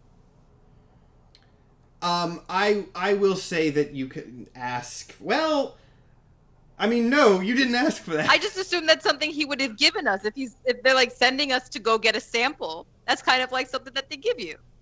Yeah, Polnari's not exactly a if you don't could've say it, asked I'll for do that. it sort of person. He kind of just... What do I have with me? Polnari's kind of a specific sort of guy. What could possibly go wrong? I don't have. This is such a half-baked plan that you ran in with, and I absolutely What love if we it. puppeteered his body? Yeah, that sounds like a great idea. Let's go! Let's see. I didn't say that sounds like a great idea. I said that sounds like the least bad idea, and we're on a time crunch. In your inventory sticks. Let's see. Because I assume we probably don't really want to touch this guy. I have an iron. I have adventuring gear, so I have an iron pot.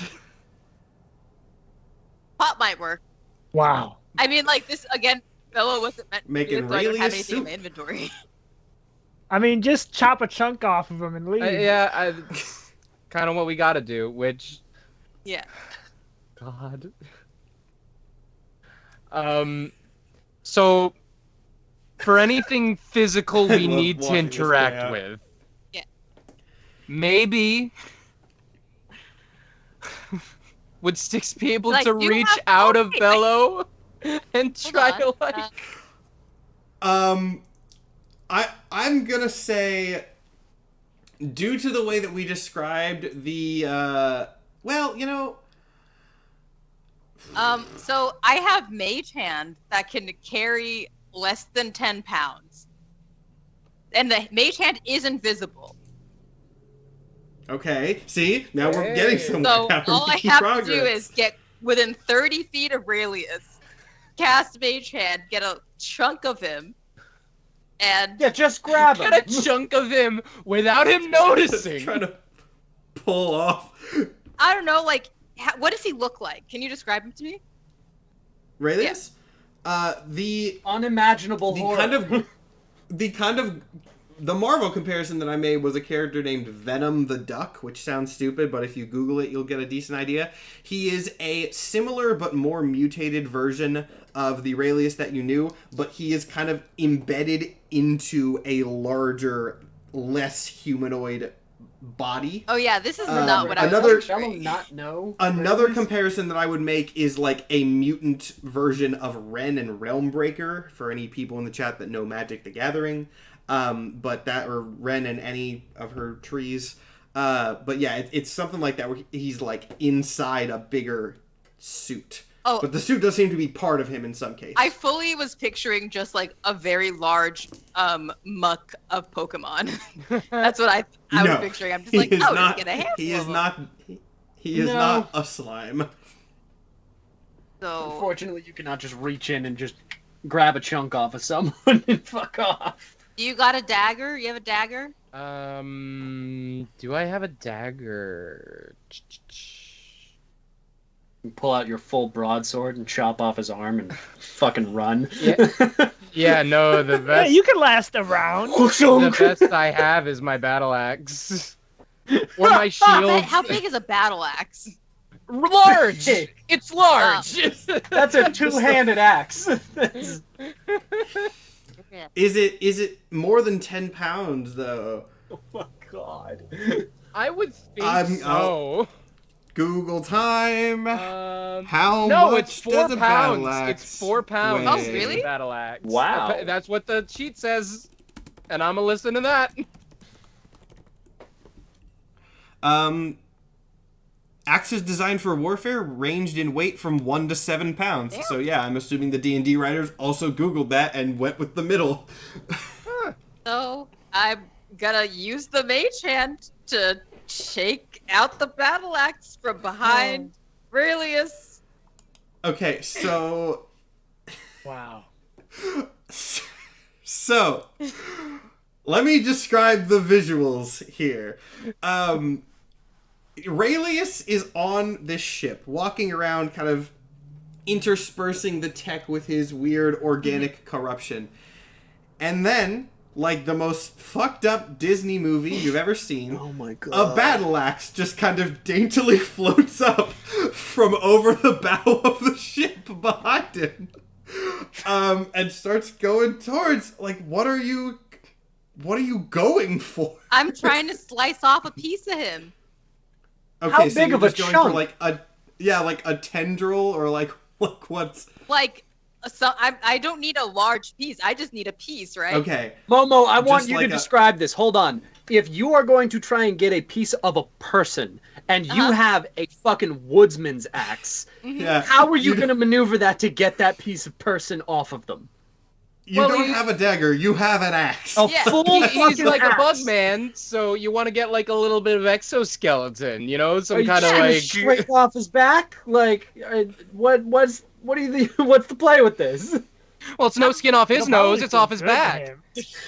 Yeah, I'm just gonna slice off a piece of muscle. Not muscle. From He'll where? probably That's like not funny. He's shaped like a dude. I gave Like, are you cutting his finger off? Are you scraping off his arm? I gave you What like is this? tendril and you didn't I'm looking at say this thing, and listen, this is something I am unfamiliar with, and I'm just like, oh, I see like a piece of cap. I'm just gonna slice off a piece of cap. Alright, cool. Okay. Make me an attack roll with disadvantage since you are attempting to do it through Mage Hand. And God, that's generous of me as a DM before Let me anyone take his complains. cap real quick. I'm sure he attack. won't notice. What is it called?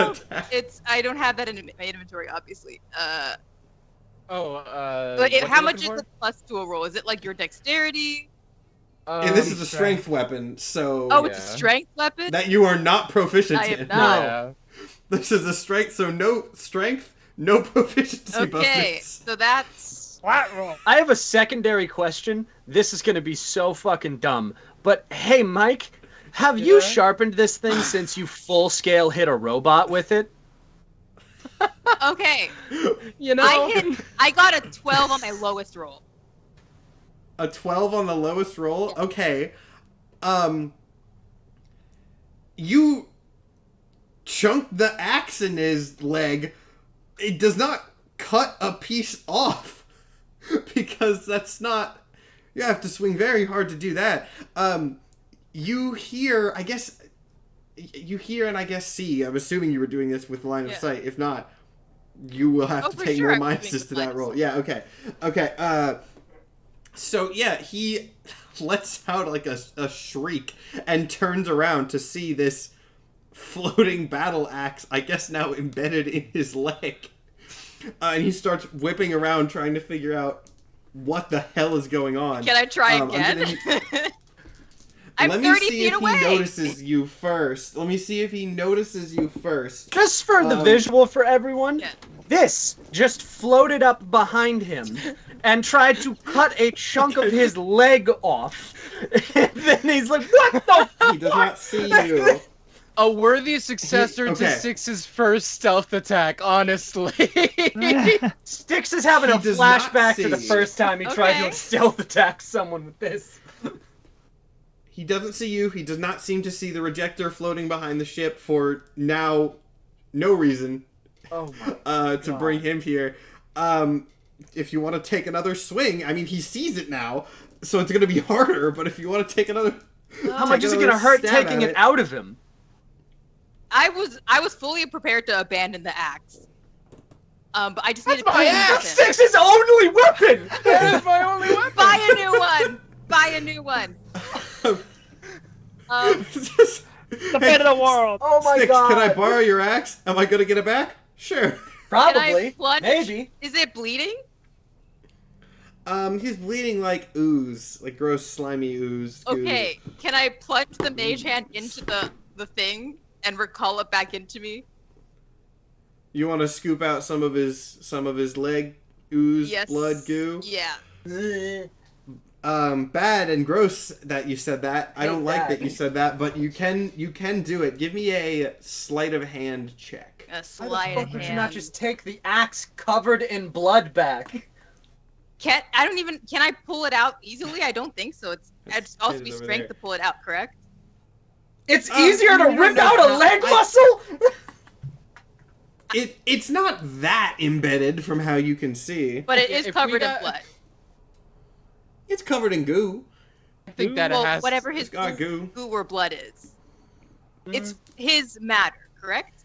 You sunk an axe into his leg. It's not clean. I mean, like, it's in That's his good. DNA, essentially. That's what I need to know. You can assume from what you know, yes. Okay, then I'll just take the axe back. All right, you do need to give me a strength check on that. Simple. Okay. Simple. With disadvantage because you're doing it through Mage Hand. Ooh, that's a 5. It's too slippery. It just slips right out of the hand. We're gonna try again. Yeah, you kind of yank at it. Does not work. He's gonna keep searching for the source of this. And is okay. He does walk around to the back of the ship. And you see realization dawn on his face as he sees not you, but sees the rejector. Just like awkwardly floating behind this ship. He just pauses for a second and goes, "What the fuck are you doing here?" To which the rejector does not respond. He just kind of He's keeps not yelling there. for a second. You can take another yank at the axe. if I'm you gonna want. abandon the axe and just go for a handful of the goo. Okay. Give me a sleight of hand check to try to gouge some goo out of his. That's I hope a- you're out not of his connected to leg. that axe stick. An 18. Okay. Yeah. You scoop the goop. Speaking You of, scoop the. That's another good episode title. Scoop the goop would be a solid episode title. scoop the goop. speaking of You scoop the retro goop. comedies, dude, where's my axe? It's worth noting, Styx, you cannot see what's happening right now, by the way. You have no idea that this is going A on. few minutes later, Goop. Hey, can I borrow flies your out of axe fucking real space. quick and just gone? Sticks just Like, has I got it. Sticks So- is Where's my floating through axe? the void with fingers and legs crossed, like I believe in Bello. I believe in Bello. I pull the hand You- back inside of me, and I assume you're there with the collection pot. So let's go to Styx. Styx is just sitting there, like, tense, kind of like, I imagine, like, kind of leaning back and forth a little bit, not, I believe in Bello, I believe in Bello, I believe in Bello. When suddenly just, like, a little handful of goop just sort of appears in front of you.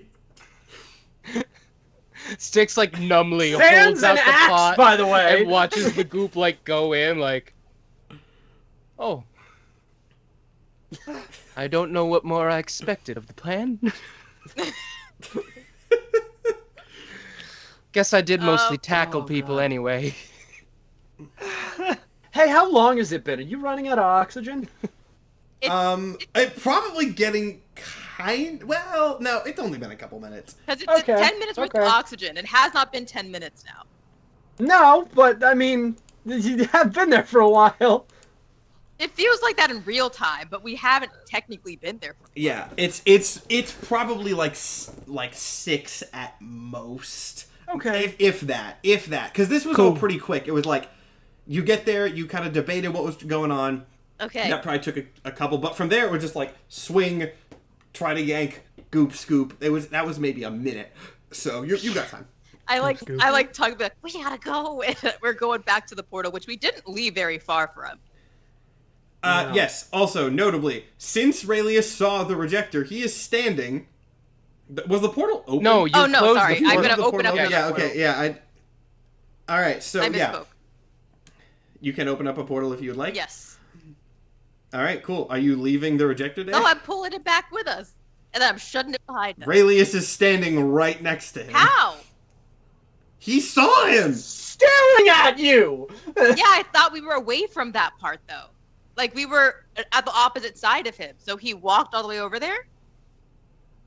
Yeah, he saw the dude with invisible hands after being attacked by an invisibly wielded axe and walked over there. Well, he never said he moved.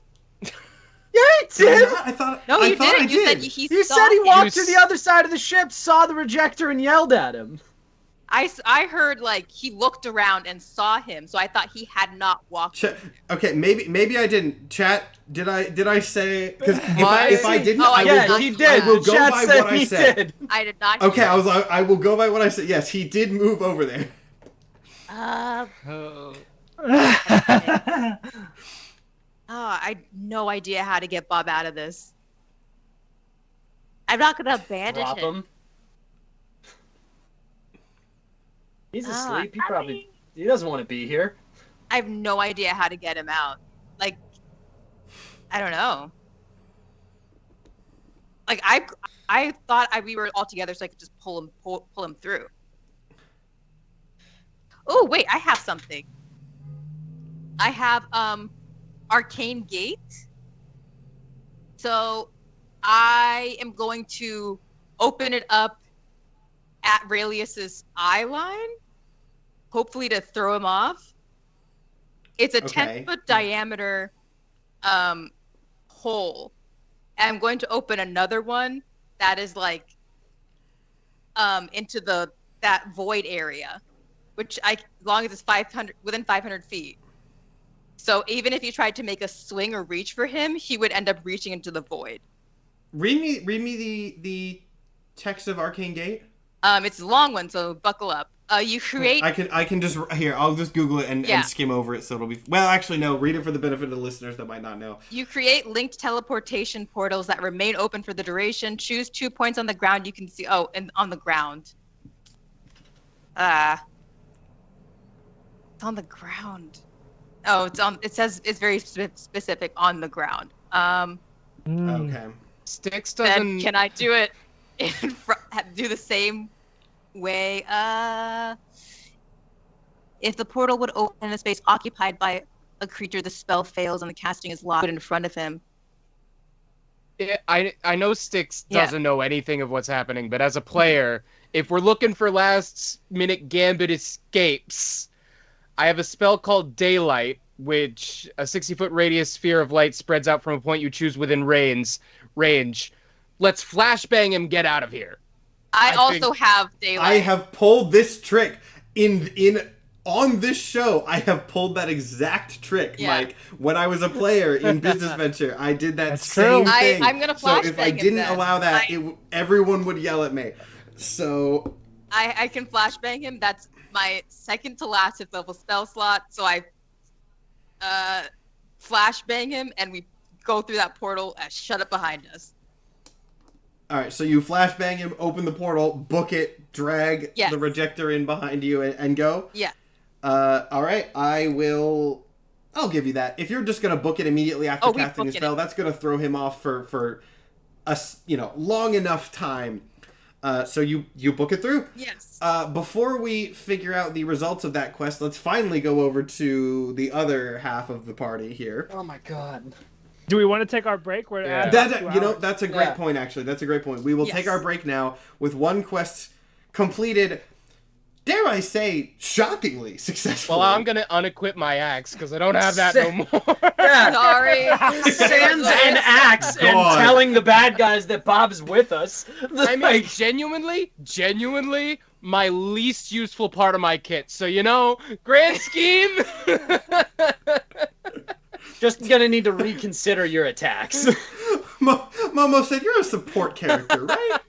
You don't need that." I was like, "You got health. You're a paladin." I thought back to it, and I was like, I don't think I've ever seen Styx use the axe. So I'm just. He did in the episode that you were not here for. Yeah. The dungeon crawl. And I it didn't go well when he used it. I've never seen him use the axe. I have never seen him use it. All right. On that note, we are going to take our break. We will find out the fate of. Everyone in chat was saying the Emmy, like hyphenated for the name. Academy. That's probably the better name. Emerald's still drunk, so it's gonna be the Academy until he comes up with a better one. But we will get to that in a couple minutes, so don't go anywhere. Episode 10 of Backspace will continue in just a couple minutes. And we are back. Time to see how the other half of these quests shake out.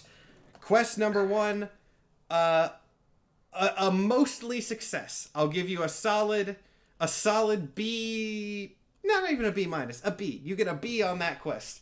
We'll see how the ramification. We were talking about the possible ramifications of that off camera, but we'll let them be revealed in real time as we go. Unless you guys want to set up anything really quickly. Obviously, we'll do like the aftermath with Polnari and stuff when everybody's back. But if you want to set up anything real fast, you can do that now. I'll give you a chance. If not, we will go to the other side of things. Oh god. I feel like there's gonna be a pretty massive tone shift. I think we just witnessed such like a rigmarole. Yeah. Like gotta get him Very planned. slapstick. And now we're about to go to like the pinnacle of Glib's "I'm gonna find my son" arc. Yeah. Yes. Oh god. Okay, so speaking of that, we will again sort of time backtrack to just where we left you guys off. So you are near the entrance to this building. Glib is already walking in there. Before we completely enter, Glib's going to turn to Emerald and be like, when did you see the objective go inside? I don't know if he's necessarily inside yet. I just think he like wants to be, but maybe he is. It's kind of hard to track that guy. When did he go in there? How long ago? I didn't see him go in. That doesn't mean he's not there, but I didn't see him go in. How do you know he was here? He might not have been yet. You just got a feeling? You have a feeling Just he's going to look, be okay. here? There's a whole thing, you know, I'm good at secrets and stuff. That's like my whole deal. And he, for whatever reason, he wants to go here, and I know that because he hasn't told the rest of his buddies that. It's his own little secret plan. And so I kind of, since it's a secret plan and it involves my places, I kind of got like a vibe. Great. Oh boy. Okay. How many of you are there in there? Not like nearly as many as you'd think, because it's kind of like not a lot of us get taken on ships and stuff because it's kind of hard to find us. Maybe like 30. There's not a lot. And how do we know which one is our one? I still have my emerald, so I think Glib's plan is to call him when we get in there. Okay.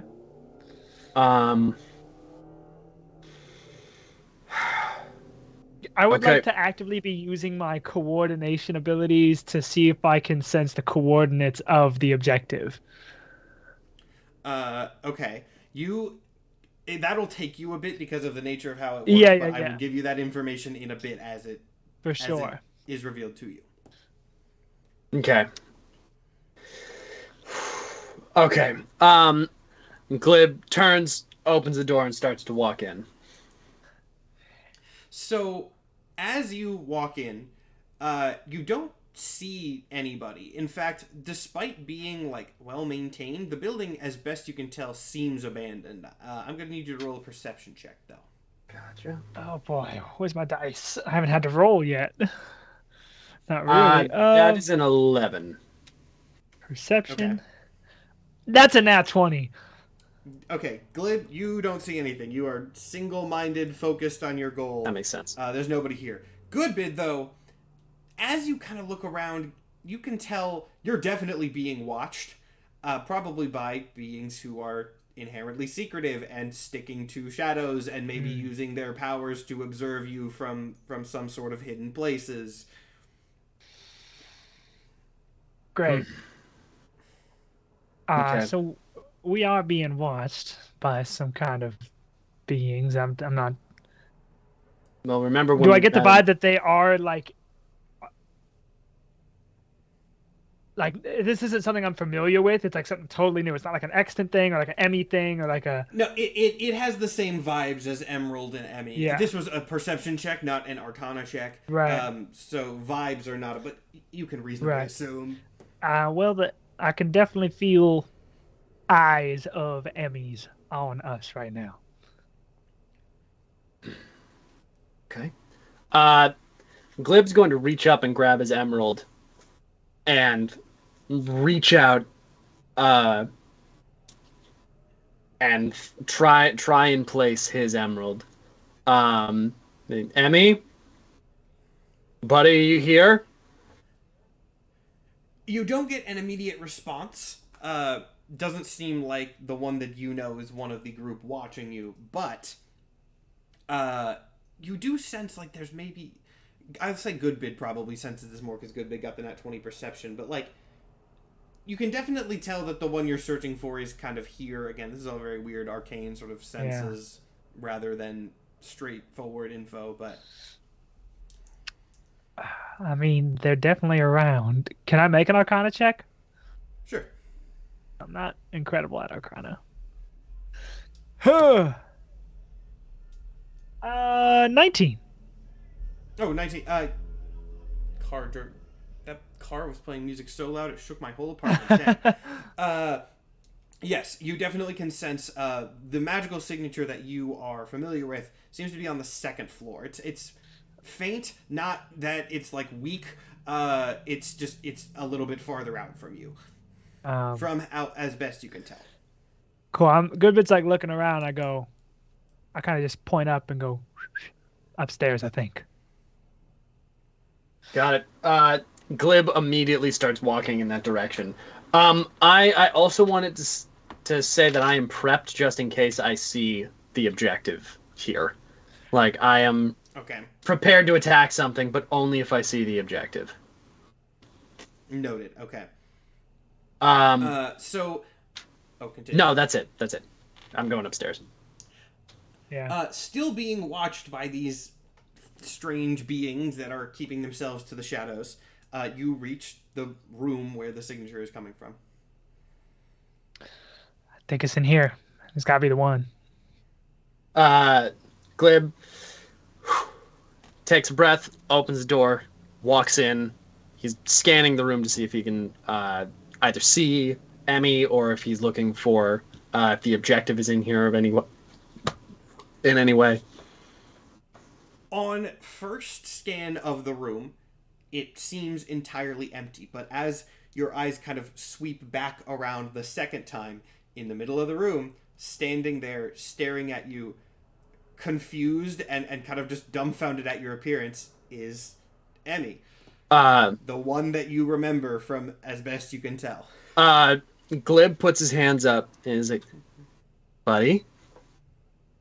Is this you? He just runs and hugs you. Glib just immediately holds him for probably longer than everyone else in the room feels comfortable being around. Just me. Yeah. Well, I have no idea if Emerald followed us in. That's true. Yeah, you have kind of to a point of fact. You don't know who's around. Yeah. Glib just has and says, I got you, bud. He picks him up, looks at Goodbid and said, we're leaving now. Let's do it. Gets down, starts leaving, starts going down to the first floor. He's not letting go of Emmy. He's going to keep him as close as possible. About halfway down the stairs, I can still feel that all the Emmys are watching us, right? Yeah. And for note, I'll go and say you can see this if you're that close to Emmy. Emmy is like looking around. He seems to be able to see them. He's not saying anything. He still just kind of seems like too stunned at your sudden, unexpected arrival to speak. Yeah. But he is acknowledging them in a way that you cannot. Okay. Holding, can I see that he's looking at them? Yeah. Okay. Where's Emerald right now? Emerald is like leaning against the wall next to the door, just kind of like waiting, not necessarily for you to return, but like you get the sense that even drunk, he kind of like knew that this was going to be a reaction and is just sort of waiting for things to get the way he sees it back on track in a sense. Yeah. Glib is looking around the room. And after a second, he looks at Emerald very seriously. And he's going to ask, Is there any way at all for the objective to get here? He thinks about it for a second. He seems to be sobering up slightly. And he just kind of shrugs. Goes, I don't know, man. His powers, I don't really know how exactly they work. Maybe. Do you know how they work? Do I? Yeah, you do, I do. actually. Yeah. Yeah, I know how they work. Glib's gonna turn around. Enlighten me. And is there any way for the objective to get to this place here? If we are here, yes. The way it works is that he can manifest himself in other people's truths. And if the truth of the matter is that we are here, then yes. So he's the opposite of it. He's the opposite of Emerald. Yeah. You hear from a side room a slow clap Great. as the objective kind of just strolls in. Goes, well done. Figured it out. Oh, I couldn't get here until someone that wasn't one of them let me in. And you let me in. Good job. great.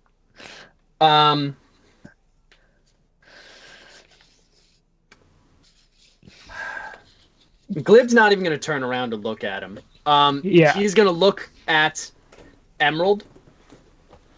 Dead serious. I know that Emerald is probably still a little zooted at the moment, but he's going to look at Emerald and be like, I am trusting you more than I have trusted anyone right now. You get him, you get them away from here. I don't want to know where he is until this is over. Okay? He nods more seriously, understanding the gravity of the situation here. Got it. You also see Emmy nod as well. And notably, Emmy seems like, I don't necessarily want to say strangely willing, but like more willing to trust Emerald than you might think. It seems like he's definitely not been mistreated here. right. For what that is worth from the reaction. Got it. Glib is going to So- set Emmy down for a second and just look to him, look at them as like close to in the eyes as possible. And beg, I'm gonna find you again. And now I know that I can, okay? I will find you again. Emmy nods, like, not even nervously, just like surprisingly confidently, having some level of faith in you at this point. Okay. Just kind of says, I know. Good. and he's going to look up at Emerald And say, tell no one where you take them. and he's going to stand up and turn around to make sure that Emerald disappears when no one's looking at him. You hear from behind you, Emerald kind of, you get the sense that he's rolling his eyes, kind of goes, that is the idea, yes. Got it. And you feel, actually, for flavor, for like audience viewing, you know, Emerald kind of like looks around at seemingly nothing and then kind of like twirls his finger in the air like, all right, let's go. And Glib and Goodbid, the sort of sense of being watched that you had since you came in here, gone immediately. Good. Glib turns around to the objective, just looks him dead in the eyes, and is like, I am gonna fucking kill you in the worst way that I can find. And if I can find the ability, I'll bring you back just to fucking do it again. And I'll help him. Look, that's very threatening. You're very good at making people feel bad about themselves. I'm getting that sense from you. But, genuine question. You walked into my trap. What makes you think that you are in a position in which that could happen at all? Because I'm the relentless. And I'm not gonna fucking stop until you're dead. Very nice. You've taken to the title well. I am very impressed, genuinely. Goodbye. And he vanishes. Got it. He's Can gonna I coordinate where he's I was gone? about to say, Glib immediately turns to Goodman. Where did he go? I've been trying to pin him down this whole time.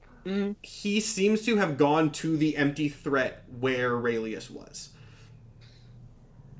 Empty threat. Got it. Raelius will be there too. Right. We got out of this place, of a like pocket dimension before. We can do it again.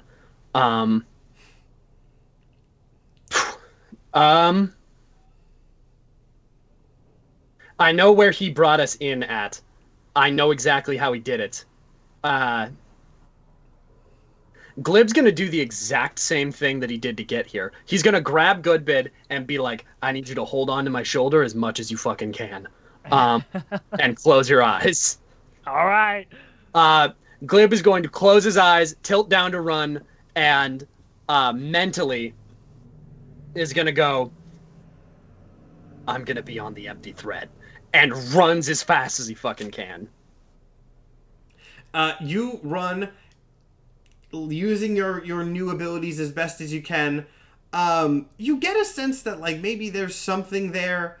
As strange as this sounds, you get the sense that yes, you will be on the empty thread eventually. The power worked, but it's not teleportation. Got it. The inherent nature of the relentless is not immediate gratification. Right. So something. Can I hit up my extant Yeah. in this place? So yeah, that's gonna be an interesting little little thing. You can certainly try. I would love to try. You reach out to your extant, and it appears next to you, seemingly normal. Well, first I want to ask it. Hey, buddy, did you find out anything about the powers of the other gang that I sent you out to find out? I'm trying to think if there's anything new that you could have necessarily gained at this point. I don't think that there's a lot. Okay. Because the powers are like, nothing at the moment, majorly. Last time you brought me, for my trial, you brought me to the objective. Can you do that again? The extant, like, takes a second to process. Both of us. And then just simply says, not from here. Okay. Glib turns around and yells for Emerald to show up. Emerald does not. Okay. Reasoning unknown, whether he doesn't want to risk returning the kids to this place so quickly. Totally we don't fair. know. I don't want him to yeah. bring the kids. I want him, just him, to show up. Still. Okay. He does not respond, whether something has happened or whether he does not want to return to this place so quickly. The last time we got for risk. out of one of these was because we spooked a cat. Yeah, that is true. The last time was spooked a cat. I'm going to go and reveal this now. You guys did not pick the boss fight quest. No. I didn't assume This that was we a bit were of going to the- boss fight. In case you were curious, since that has been cut off at this point, the lore of this is that the objective did just go send the Nihilist to smash stuff because he assumed that you would think it was bait and then go to this. Great. Yep. He and therefore the DM totally double or triple crossed you. Great. Got it. Great. Now, I should say, that would have affected stuff as well How if is you had it? done that. How just is it wasn't like a triple total waste of crossing time. us if it was bait and we didn't take it? It was bait and you didn't take it, but he actually wanted you here. It was bait. He knew that would I have was been- going to do this. It was fake bait. It Oh, was okay. bait. So He knew that we would think it was bait. It was and go to the it was other one. reverse psychology. Oh, bait. If you Okay. made the Nihilist thing too life-threatening, we would have maybe gone after that, and that's not. Which what is we- hilarious because I didn't even see that. I just heard that That is really funny. I yeah. just left. Yeah. But I literally did say that one feels lame. That one, yeah. not important. like, I just didn't want to fuck. fight her and then be like, oh, all of our spells are wasted because she negates all magic. I didn't want to do that. Right. I don't know what her powers are yet. Glib's So- gonna. Because it's also worth noting the Raelius thing, not part of his original plan. That quest was spawned separately. Yeah. The acts of the empty threat were this and the nihilist. Glib is going to try and summon his extant. It appears in the same Okay. manner. Do you know where we are right now? Oh, what a seemingly simple but actually so complicated question. I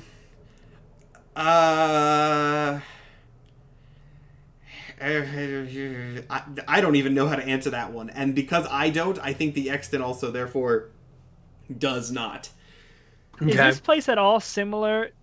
I know you said it's gray scale. When we were inside the demon's head, everything went gray. Is this at all similar to that kind of vibe? Not in the same way. Okay. No, not like magical signature. That was just visual. Okay. Visual flavor. If anything, Arcana-wise, it's most similar to Emerald's office. Emerald's office. Yeah. Glib's gonna ask his extant. Is there a way out of here?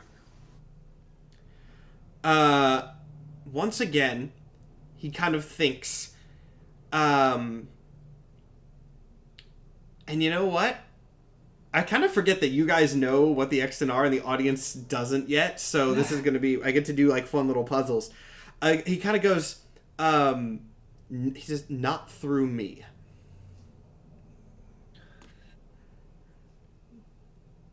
Not through. Yeah, knowing what the fuck they are. What the fuck does? Hang on, what was the original Got it. question? Is there a way out of here? Is there a way out? And he says, not through me. Glib is gonna just say, "Got it," and he's gonna start walking towards the building. He's gonna turn like slightly as he's walking to Goodbid and be like, "The last time that we got out of a place like this, we found a secret, and the secret let us out. We need to find another secret, and that's the only way that we can get out of a place that is made of them." That makes sense to me. So Glib is going to go in, and he's not going to trash the place like he did last time, but he's going to start going through and like trying to kind of feel for things that would not be obvious. So Give me a perception check. no doors, no trap doors. He's not going to the attic or the basement, but he's feeling on everything to see if there's a brick that he has to push or a book that he has to pull. Going very literal. I got you. Fuck. God damn, that was terrible. That was a 4. He's just feeling on the wall for a while, I guess. Yeah, you. Still has He just kinda terrible luck. starts touching Just as a things. reminder, doesn't matter how Like that dramatic he might be is, he still has the worst luck alive. Fuck. I forever forget that I do not have sending. Does Glib have a tablet of his own? I do. I'm wondering if we. This place is presumably secret. If we start telling somebody about it, maybe this place will. Be If it's less anything like secret. Emerald's powers, maybe it'll become more rooted in reality when you actually find an exit. Glib opens up the tablet and tries to message Polnaris. He's not going to try and message any of the party because both of the party are otherwise occupied and he knows that they're going somewhere. He knows that something Good is happening. logic. He's going to Good message logic. Polnaris and see if anything happens. But there does not seem to be signal here. I Fuck. assume not. All right. We are alone okay. in a place that has a dome over it with just one building, and nothing else. I'm gonna try for the secrets inside again. I'm gonna try and perception check again, see if I can find Yeah, anything. I'll try that as well. Go Alright. for it. All right, second perception check. Let's not get a 4 this time. Oh, great. All right, I got a dirty 20. Ooh. Dirty 20 is far better. So, looking around, you see there are actually quite a few of these like secret doors and passageways that you were looking for. Got it. It was not a hard DC to find some, but you Yeah. also did roll a 4 last time. I did. So, it seems to be built into the building very intently. Like there are classrooms and stuff behind these secret doors. That's an intentional feature of this little academy. Got it. Cool. Even going into those secret areas, this is a place built by a god of secrets for gods of secrets. So I'm going to keep attempting to find things even after we enter the secret areas. Okay, just looking for as many. It's like a as many fractal fucking Yeah. infinite. Yeah, actually, Nathan, you kind of got into where I was Another going one! here. Fuck's This is sake! I got another 4! For fuck's Oh, sake! How is never this mind. I'm possible? gonna shut up. I'm gonna shut up.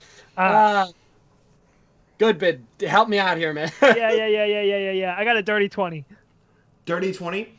You are able to find another sort of set of these secret doors, entering eventually sort of an almost backrooms-like situation Right. where, as you said, there is this sort of fractal network of We gotta be careful. secret chambers, rooms, things like that. I think this could go on forever. If you are pursuing into it, I'm going to need you to make a survival check. I to don't keep want to track of pursue your- into it, actually. Okay, yeah. After we enter tier 3, I'm gonna be like, Okay. I'm I done got with a this. 15. Glib's I gonna don't think keep I'm- going. Going. Oh my. Okay, well, good, man. Are you pursuing Glib or trying to stop Glib? We're gonna end up walking 100 miles into nothingness. Listen, they're not going to build tunnels that go on forever. There's either a tunnel that gets the fuck out of here, or there's a tunnel that leads to a tunnel that does. There is only one fucking way out of here, and it's trying to find the best secret way that we can leave. They could also just be wanting to have a secret tunnel could create one, and then they're just infinite. We don't know. He's not the god of want, he's the god of secrets. If they're secret, that means they already exist, and somebody knows about it. Meaning that eventually there's got to That is be a good secret logic. exit out of here. There's got to be some fucking way that the dude built in a back fucking door because he's just fucking paranoid enough that he knows that if anybody ever got here, he would need to find a way out. And there's got to be something the fuck down here. So if we keep looking, we will eventually fucking find it. What was the check we had to make if we were going? Survival? I'm assuming you're walking together. Glib got a 15, so if you roll for survival, I'll just count whichever's higher. Shout out Glib. All right, Glib's 15. All right. So you guys begin pursuing into this network. Though it is kind of complicated and the rooms become like a little bit more uncanny as you go, Yeah. you do eventually reach a room. It seems to be, actually, you know what, just for the vibes, it's like a library. A fairly large sort of, fantasy medieval library that you cannot find an exit for or another secret thing for. Can I look at the books and see if there's like names or something on them? Hmm? Can I look at like the books and what's in here to try and see if they're... None of them have names on them. They're like, older looking books where it's just kind of like or more artistic looking spines. If I pop them open, is there anything inside that would give a indication of what the books are about? Are you just popping open a random one? Yeah, grabbing a random one, seeing if I can find out. You pop open a random one, and you just open a random page, and you see a name you don't recognize, and under that name it says, "I was the one who robbed the bank," and after you read this, it vanishes from the page. Okay, this is a library of the secrets. All right. I see that, and close it, move it to the side. It's a library. He's one fucking guy. He's not going to teach all the kids to search this thing for him. He's going to try and want to find all of these because he wouldn't want anyone to know that this is here. So there's got to be a way to be able to filter through them. There's enough secrets here that he's got to have some sort of glossary or index somewhere. So now I'm on the hunt for an index to try and see if there is a secrets page on how to find the secret exit out of the secret library in the secret academy in the secret fucking realm. The Dewey Decimal System for secret information. I think sort of you're going to need to do... I wish... I would like to also pull a book after Dick says that and open it. This is something that... hold on. I'm trying to think how I want this to be handled here, because... This is obviously another very esoteric thing, an interesting thing, but an esoteric thing nonetheless. For this specific, you're going to do a check we rarely do in this, but mostly because I forget this stat exists. This is going to take an investigation check. Okay. I need to use that stat more. I forget it's a thing. Help me out here.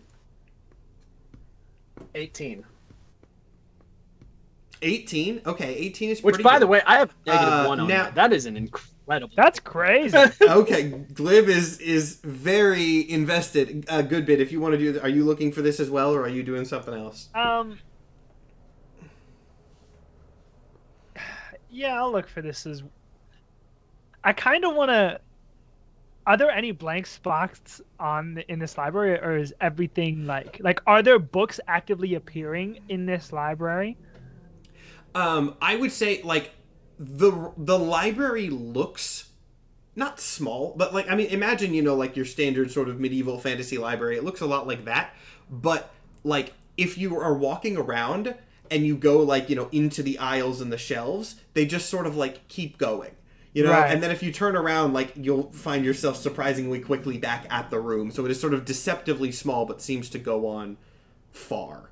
I want to, like, whisper a secret of mine to myself. Just to see, kind of like back at Aragdis, where I was like, I kind of want to tell a secret, see what happens. I will say saying one of your own secrets to yourself would not change the maybe status like of opening a book and telling the book the secret. I don't know. I feel like there's something weird going on. I'll say, someone in chat said this is Bowenberg again. Yeah, Glib, it is similar to that. Yeah, he's trying to push If down. that brings back any dark memories. That's the only reason that he's thinking as clearly as he is right now, is because he's been in a situation exactly like this before.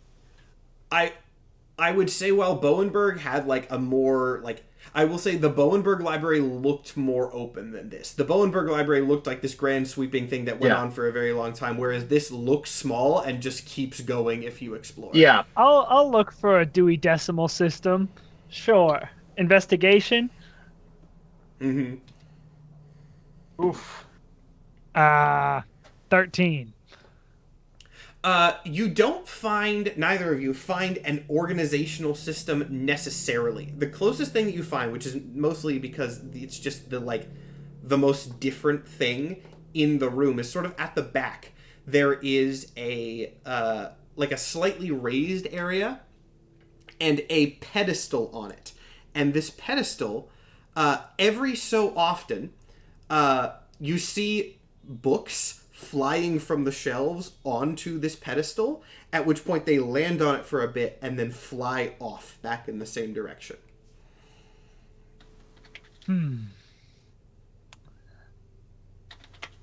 Man, I hate this mystical magic voodoo stuff. I like it though, and I'm the DM. So, like a book well. like lands on it and then eventually like flies off of it? What? Okay. Yeah.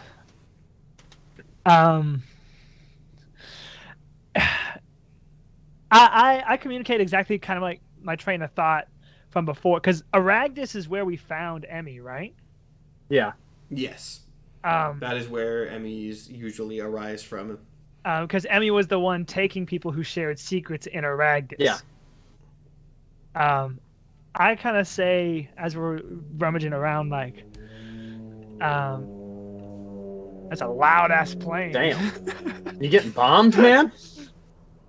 That was a motorcycle. Jesus. I live in a hell of a location for recording audio.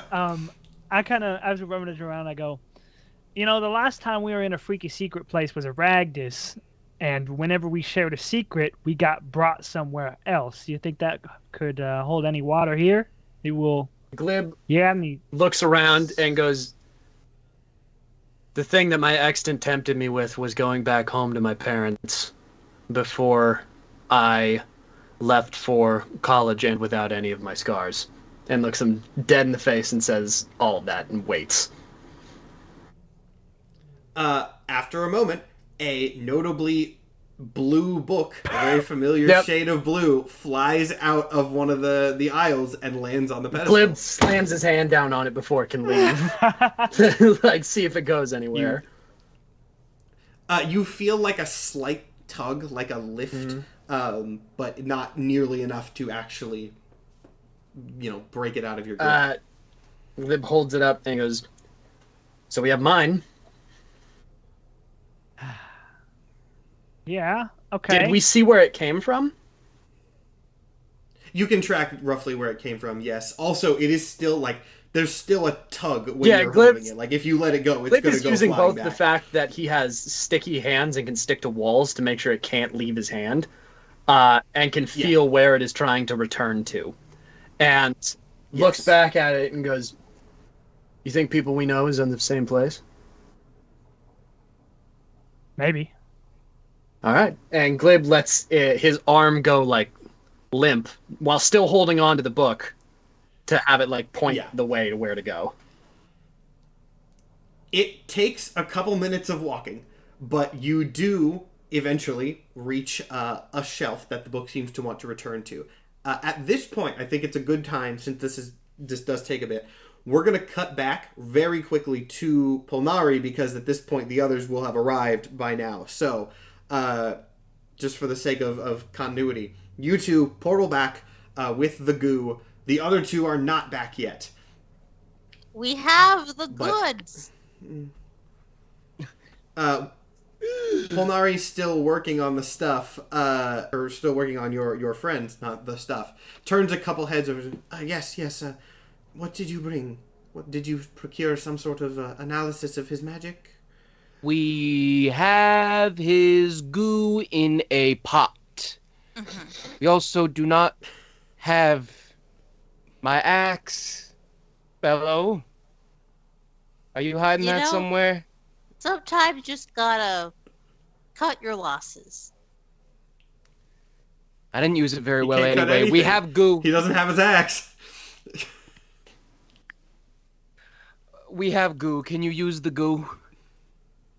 He really is at the end of his rope, man. God damn. I can attempt to use the goo, yes. And some tendrils extend, taking the goo pot. Okay. All right. I'm gonna We sit down. did good, Sticks. We did. Oh, they're not back yet, are they? No, they have not yet returned. And they left before you. I'm realizing Yep, too. we did. So it's been a bit. It's only been like technically less than 10 minutes, so It has. It has. So Yeah. Just All right. give them a little bit more time. So potential problem.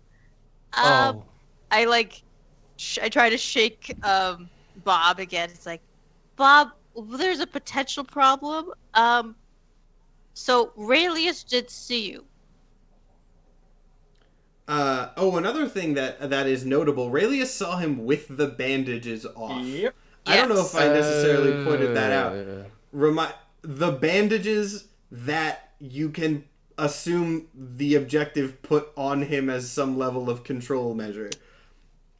And on top However, of the that, rejector does not Styx seem didn't too know that. worried about this. No. I was out when Oh, I was you're out when right. Bello took the bandages off. But you're right. I do not know that Raelia saw him. Yeah, you didn't Yeah. know that Raelius saw. That's news. Oh, my sweet baby Bello. Uh-huh. Oh. We need to wake him up. Okay.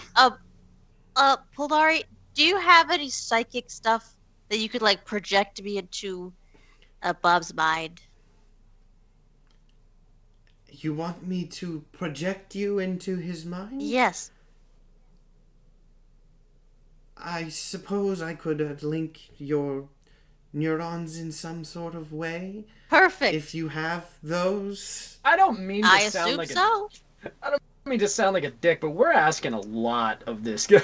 hey, fix all of our friends using this goop we found. Also, patch me in Matrix style to this fucker, please.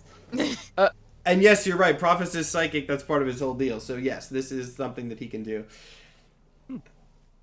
So some tendrils extend, and kind of like wrap around Bello, not really tightly, but just like enough. And then the same with the rejector. They extend out towards Styx too. Styx, if you would. Okay, I guess I will be included. Okay. You can say no. Oh no! I would like to be present. So you sort of your vision goes dark for a second, and then when it comes back up, you are in, presumably from the sort of slightly uncanny way that things look, back in the Rejector's headspace. It is not the same, though. It is a place that you do not recognize. It seems from the slightly futuristic architecture to be part of Backspace, but a part that you have not been yet. There is no one around, however. I call out for him. Bob! Bob! He, just without warning, appears floating in the air above you like he did the first time, though seeming slightly less angry than the first time. Bob, I need you. Remember those exercises that we did earlier? Gotta do that again because we're all in big trouble. I think when I say we all, I mean mostly you. But like also us. But mostly you. What did you do? Well, I went to go help some of our friends. And I took you with us because I wouldn't want you to be left out. And Aurelius saw. Nice way to say that we puppeteered your body. Who? Also, Rayleigh saw the bandages specifically off, right, Bello? Yes. I don't know who that is. You don't? The big bug person. Yeah, he doesn't know who any of these people are. Oh my goodness. Oh. Okay, then what are you doing? What are you doing? We had you woken up. You're back here. Why? I like it here. Oh, I like it here. You're gonna like it when you have nothing? When everything's gone? He kind of just tilts his head, still confused. I mean, he was manipulated. He knows none of this plan. He only knows what you told him. Maybe we didn't properly communicate the stakes, but the group that has been manipulating you is trying to destroy everything.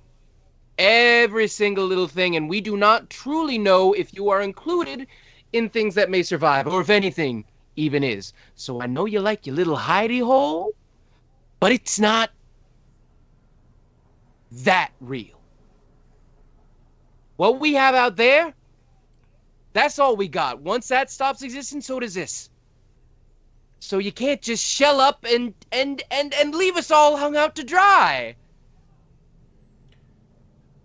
Either way, I can't help out there. Yes, you can. He just shakes his head. Well, have you tried? He pauses and then shakes his head again. So how do you know you can't do it? He pauses once again. I just know my power is this. Okay, what is this? Well, my power used to be different, and then I learned how to use it differently. So, I think if you just thought outside of your own head, you'd be able to do something amazing. He thinks for a second, and then, given that Bello has been pretty much consistently nothing but kind to him up until this point, as is Bello's whole thing, he, a little frustrated, but cooperative enough, says okay, and you see him kind of squint his eyes, and then you two are sort of thrown out of his head, and you see him sink to the ground slowly and open his eyes, at which point he looks up at Polnari, who just kind of goes, hello, and he just like takes a step backwards in shock. Oh, this is Polnari. Polnari's kind of like you, but he makes everything out of his own skin. All right, he just got back, Bello. Let's not. That's... All right, hi. This is our friend. He makes things out of skin. Let's Styx Bradley, Paladin for hire. I do a little bit of hospitality work. Let's take some very deep breaths, okay? You're okay with the name Bob? Fine. Okay. Welcome back. We are truly happy to have you here. Mhm. You said your power is this. If you could put more specific words to this, what would they be? What did you mean? The the world in my mind, it nothing outside of that. I don't think. Did you know we all can go into our minds and imagine things? I could also do that. He looks at you, genuinely surprised. Like what? Yeah, like I can close my eyes and see stuff in my mind to build it all up. Yeah, everyone has rich internal lives, you know? It's not like That's just a just you like- thing. You That's know? like an imagination. Yeah. Wait. Did you not know that? This is a, Sticks like sidles up to him. Listen, I know that like depression, it can feel like a singular thing, but no, it's not just you. Also, I don't think your powers are just in your head because you got arms floating around you. Don't know if you noticed. I have arms out here. Yeah. Do believe so? Yeah. Huh. Where are they? That's Just imagine them being here. And I give him guidance. I cast guidance on him. Okay, let's see. How's this gonna work? Screw it. This might be dangerous. Why not? Oh. Guidance is advantage? It D4 to whatever he rolls. Oh, D4, okay. I'll just roll that together. He rolled super low anyway. You see him kind of squint and nothing really happens. It'll take practice. I didn't look like a space bellow on my first try. That actually took a lot of help from my friend Polnari. Okay. Polnari looks at you and goes, "What do you mean, first try?"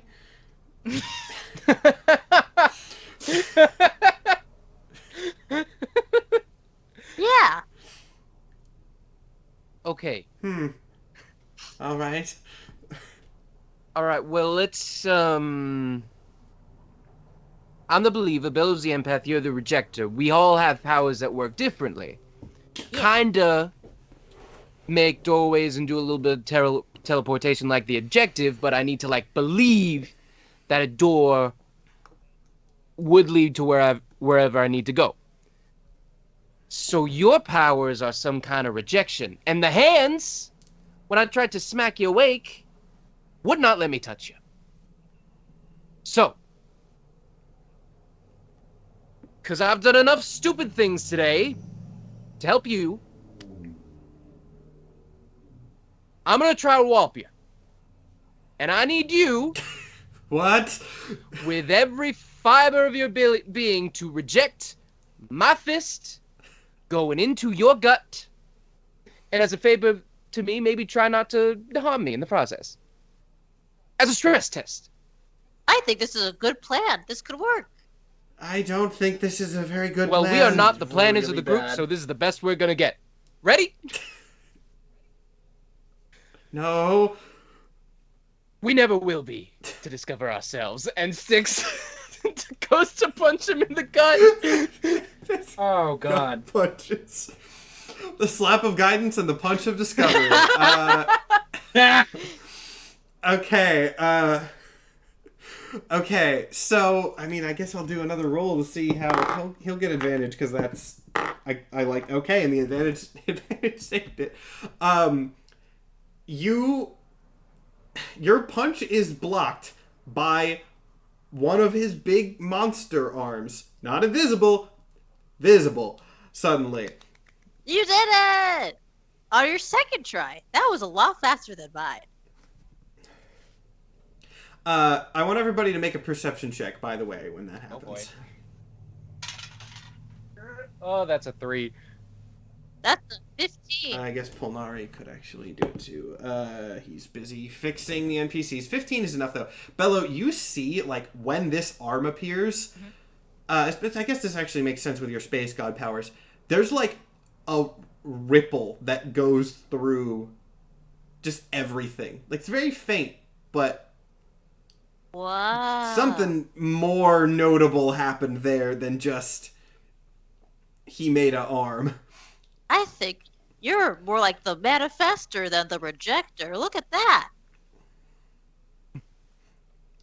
He looks at the singular arm, not all four. He just has one coming out of his back at the moment. He goes,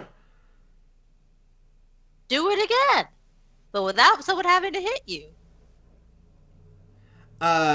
He tries. I guess I'll. Well, no. He tries. Does not seem to be able to do it. He doesn't have the hang of this yet. You'll get the hang of it. We have proven And with that, it's not just in your head. Yeah. with development for this guy having happened, now let's go back to the other group.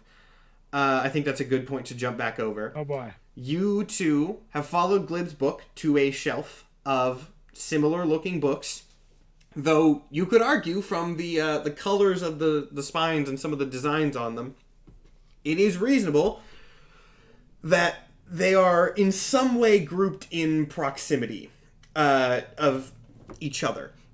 Now, I'll go ahead and say, if you think about this too logically, grouping books by like person proximity in a library doesn't make too sense. You can assume that the magical shelves restructure based on the needs and current events. Looking all over the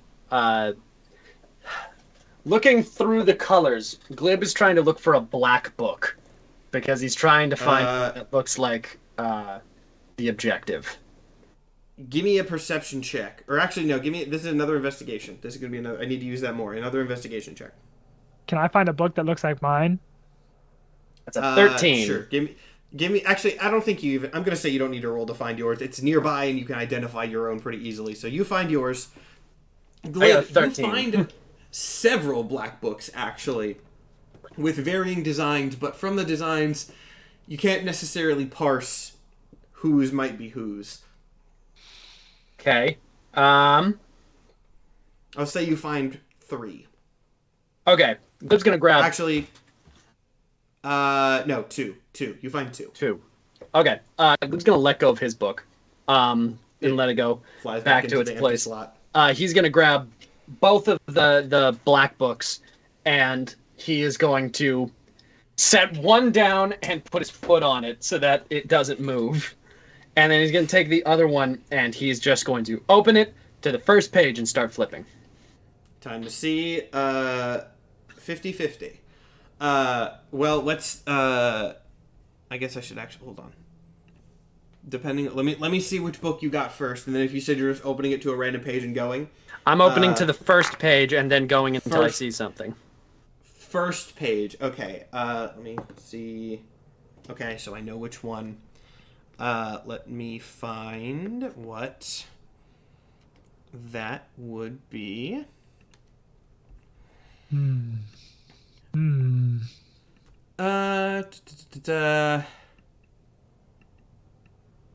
think I had this written down. If I didn't, I think I remember what the original thing was.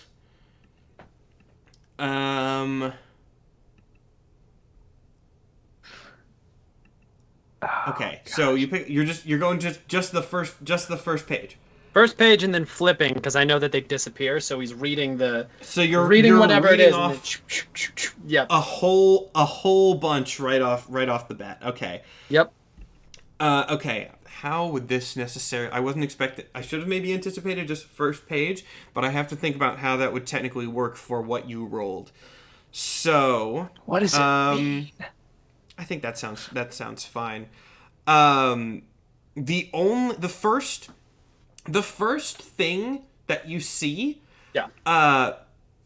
is most like the first thing you see don't really make a lot of sense. They are kind of poorly written. They seem very inconsequential. And I'm gonna, rather than reading them all off, I'm just gonna go ahead and give you this one. it seems like the type of secrets that like a child would have. Right. Not very important things. How so thick you is can this assume book? that these books go chronologically. Right. Pretty thick, and the pages seem slightly supernatural as you turn them. You know, Right. They don't.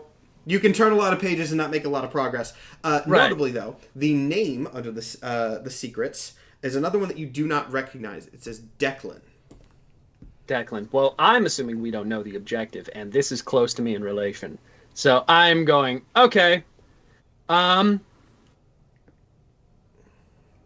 not going to go recent. This dude's existed for a while. I'm going to take the book, flip halfway through, and then start flipping from there.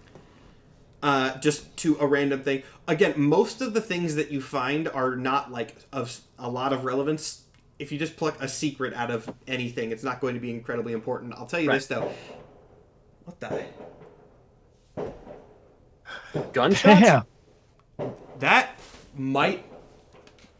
What the fuck? All right, well, we're about to see the death of Sir Superhero. Those might be fireworks. Those were way too... Momo, you're muted. I think Those they're were way too fireworks. evenly spaced to be to not be fireworks. Yeah. Loud ass Nobody fireworks, shoots though. someone like... Yeah. Unfortunately, something. Do you feel it yet? The Spotify listeners That can legitimately participate. might have been someone firing off a bunch of gunshots near it. I'm pretty sure that was fireworks. To believe, Oh. Yeah, I'm gonna choose to believe that's leftover fireworks. I did not see anything when I looked outside, but I didn't get to the window in time, and they had stopped. So we're gonna assume that was leftover fireworks, gang. Gotta love All it. right. Texas. Gotta love it. Yeah. Welcome to Texas. Gunshots or fireworks? I legitimately do not know, but we're gonna hope those were leftover fireworks from 4th of July. I remember what I was saying. Kind of strangely fitting, actually. But if you flip to the middle, most of those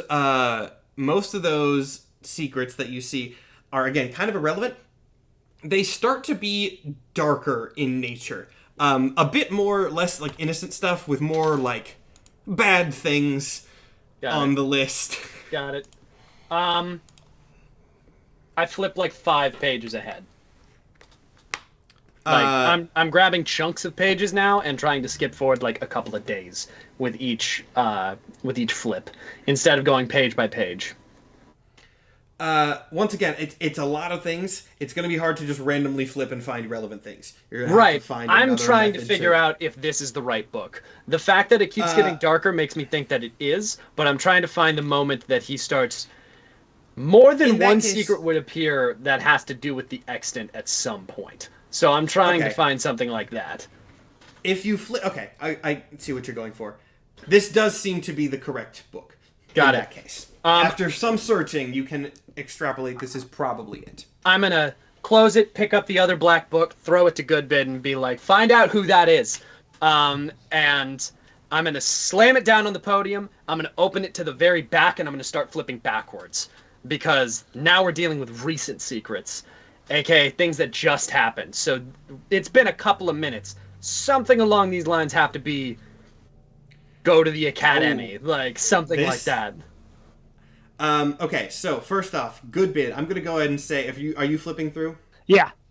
If you're flipping through in much the same manner, this seems to be Callum Dream's book. Oh, Jesus.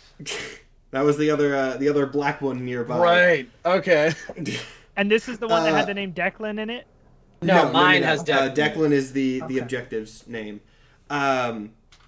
But you do fairly quickly, Glib.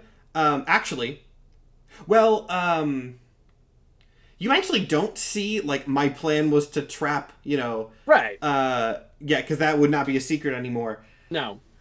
In fact, since you're looking for secrets specifically, the first thing that you notice is actually a relatively important one for the lore of this series, because you find at least a quick snippet of what this guy's plan is. As you flip back a little bit farther, you see the very esoteric and very concerning sentence, "My extant will be the creator." Got it. I see that. I take a moment after reading him, like, not important. Not important right now. And he keeps flipping backwards. Are you looking for anything specific when you do? Because there's a lot in here again. Like I can give you. I am flipping until I find either location of like the way he teleports, or the way that he finds places, or the way to the. I'm trying to find a way out of here as well as where to go, because I know that Goodbid can locate him with the name. He could probably find the coordinates of the name Declan. If I turned around and was like, I need you to find Declan, and he'd be like, okay. Yeah. And then I'm going to keep flipping backwards to try and find something to like help us get out of here. I'm trying to look for clues, essentially. A lot of things that are sort of notable as you're scrolling back.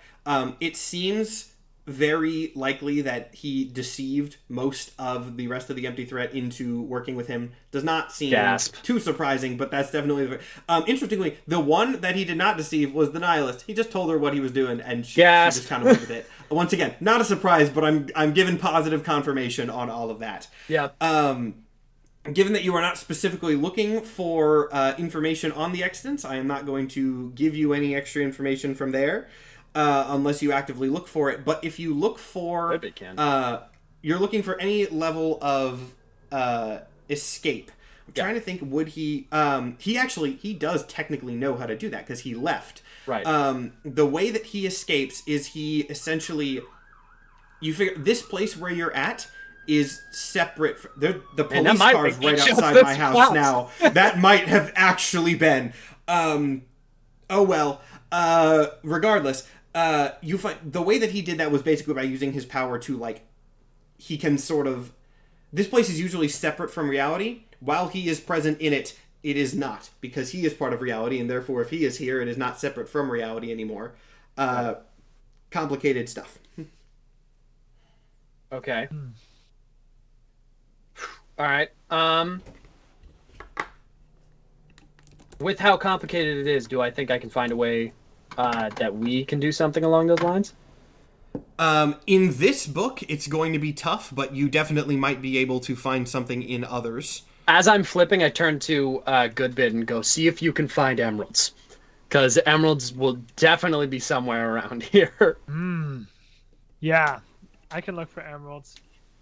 By the way, this is Dreams. Don't know if that's relevant nowadays.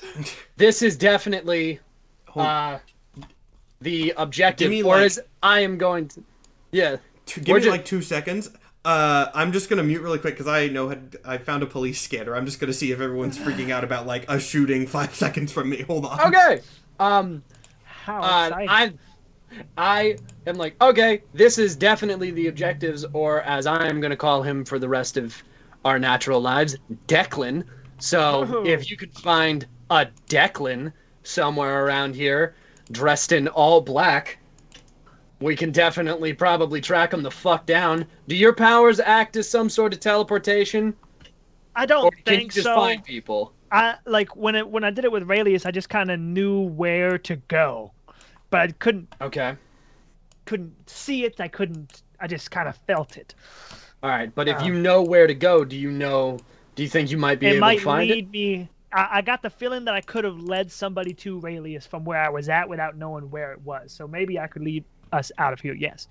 All right, so while you're looking for emerald, try and find Declan. Yeah, for sure. I'm going to whip Declan's fucking ass. I keep flipping through the book. I'm assuming that I'm probably not going to find anything interesting in here or like a way out, because I'm assuming we already passed by how the fuck to leave here. Close it, throw it back on the shelf. We're in a very hard part here because now that our DM is gone, I'm like, okay, we searched this library of infinite knowledge that we have no information about. Don't worry, your DM is back. The scanner wasn't working, so I guess we'll never know. I guess we'll never know. I could dig more, but I'm not going to do that while I'm live streaming. So, oh well. What did I miss? I'm looking for Emerald's book. Yeah, I told him to look for Emerald's book. I also told him to find Declan. Actively trying to coordinate Declan. Declan's location. Okay, now interesting. Declan. You are able to find his location, which does mean, therefore, that this reality and the other reality are by your actions connected somehow. Great. Which With was that, not the case before. because I knew that now since I read that information, I close it and I go, does your teleport work this way? Ooh, I would need to. Our realities are connected now. There might be a possibility that we could do that. Yeah, but if I ain't familiar with the area, we could very much end up in the ground. I can fly. Just think fucking high thoughts. I don't know.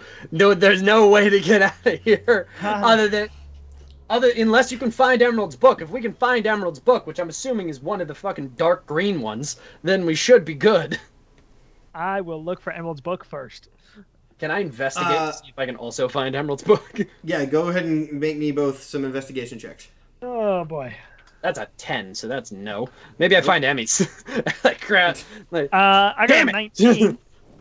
19 will be enough. You are able to find, or not really find, but think back.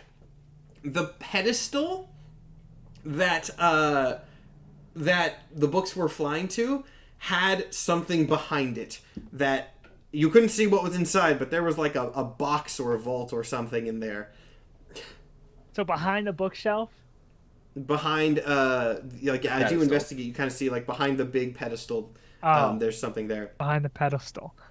Yeah, I want to fuck with that. Can I get in that? You open that up and find legitimately the biggest book you have ever seen in your life. And it is Emerald Green. Well, got him. okay. It's like so big it's hard to open.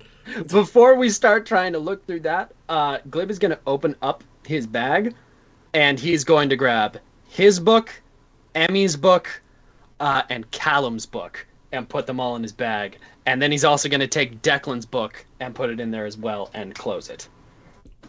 All noted. He's before I grab the giant big one with Goodbid, which I'm assuming is big enough we both need to grab it. Yeah. I'm gonna be like, if you have anybody that you want literally every secret on, I'd grab it now. Oh boy. What an ethical bombshell. I mean, Fuck him! He's bad! They're villains! I mean, can I find the other Empty Threat crew members' books? That will take more looking, but if you give me another investigation check, sure. Maybe. Maybe. That's going to be a harder check because you don't know them as well. That's investigation. Investigation. 13. 13's not going to do it. Okay. Okay, Well, did he tell me what you're trying to find, and I'll try it as well. yeah. You go find that. Oh, okay, well, we both sucked. I got an 11. Alright, back to the book! Damn. Worth a shot. Lift with your knees. Ugh. Pull the giant one, plop it on the ground. I'm gonna look at it and go, alright. This dude's been here for infinity. Every page has a new secret. It's magically getting longer. And we can't look at the last one. Because the last one probably has the location of the Emmys. And as soon as it's true, he can find that. So, I say about 3/4 of the way through. There's only 30 Emmys here, so there's got to be not. I'll go ahead and kind of interject. If you're opening the book, it doesn't necessarily matter where. You open the book, you take a look at one line, and you feel a quake go through the room. Oh, great, awesome. I open it, feel that, and go, great, and start fucking flip-booking it. Like, I'm trying to collapse this reality and see if we get spit out somewhere. Interesting tactic. What a bold call. Okay. You flip through this, causing just a huge earthquake as you do. Books are like falling off the shelves. There you can see cracks start to appear in the walls, but eventually it does fade and stop. Okay. We're still in the library, And just the earthquakes have stopped? The earthquakes have stopped. As best you can tell, you are still in the library. Okay. Is everything still grayscale? No. The saturation has been turned up a little bit. Good eye. Hey, Goodbid, can you tell if we can teleport? If I try and it doesn't work, then we're screwed. How about we go to your apartment? All right. I will attempt to teleport to my apartment. It works. Ooh, You have- hot dog! As soon as we Damage, pop Batwell's in, secrecy, and maybe Emerald's power in general, but we'll see how that turns out. Glib just shows back. Yes! Fuck! Okay. We are so good at this. Oh my god. Do we need to take a rest for you to get a second teleport, or are you? Well, I could burn my highest spell slot and do another. I would say if we're about to go to the empty thread, I think that's a bad idea. Do we? Nah. No. Hold on. Polnari can give you back abilities. Yeah. And the rest of the party's with Polnar is with Pol. So let's just go there. So burn it, and we'll go there, and then we can have Pol give you your power back. Burn it. I'm burning my 8th level spell slot. All right, party reunited. Heyo! Pop back up in the room. Oh, Okay. thank God. Ugh. Ours went fantastic. We got the We goose. might have collapsed a realm. Did y'all get like a sample? Yeah. Oh, someone is actually right. You can't teleport there because different planes. Fuck. No, I'm not gonna make that. You can walk. You can take the train. It's not like there's secrets. You can get there. I'm giving you can myself get there my fine. 8th level spell slot back. No, yeah, Right. that's fine. Give yourself All the right. spell slot back. Nah, we just walk in the front door. I'm used to Bello teleporting, so I was like, oh yeah. All right. Woo. We like look around The and Belleport. I look at Sticks. I'm like, where's your axe? Preoccupied. Pre-oc? What? Where So wait, when we walk did you in, put it? I didn't put it anywhere. What? You know how we got the sample? Don't fucking tell me. And how it's quite ooey gooey and how that's not on the outside Aurelius?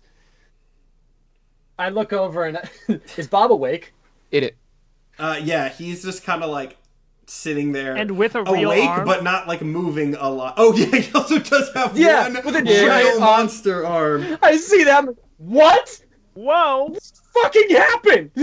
Bob looks different. Well, we woke him up. Might have gone through a change. I don't know. We'll talk about that in a second. I feel like we have other matters. The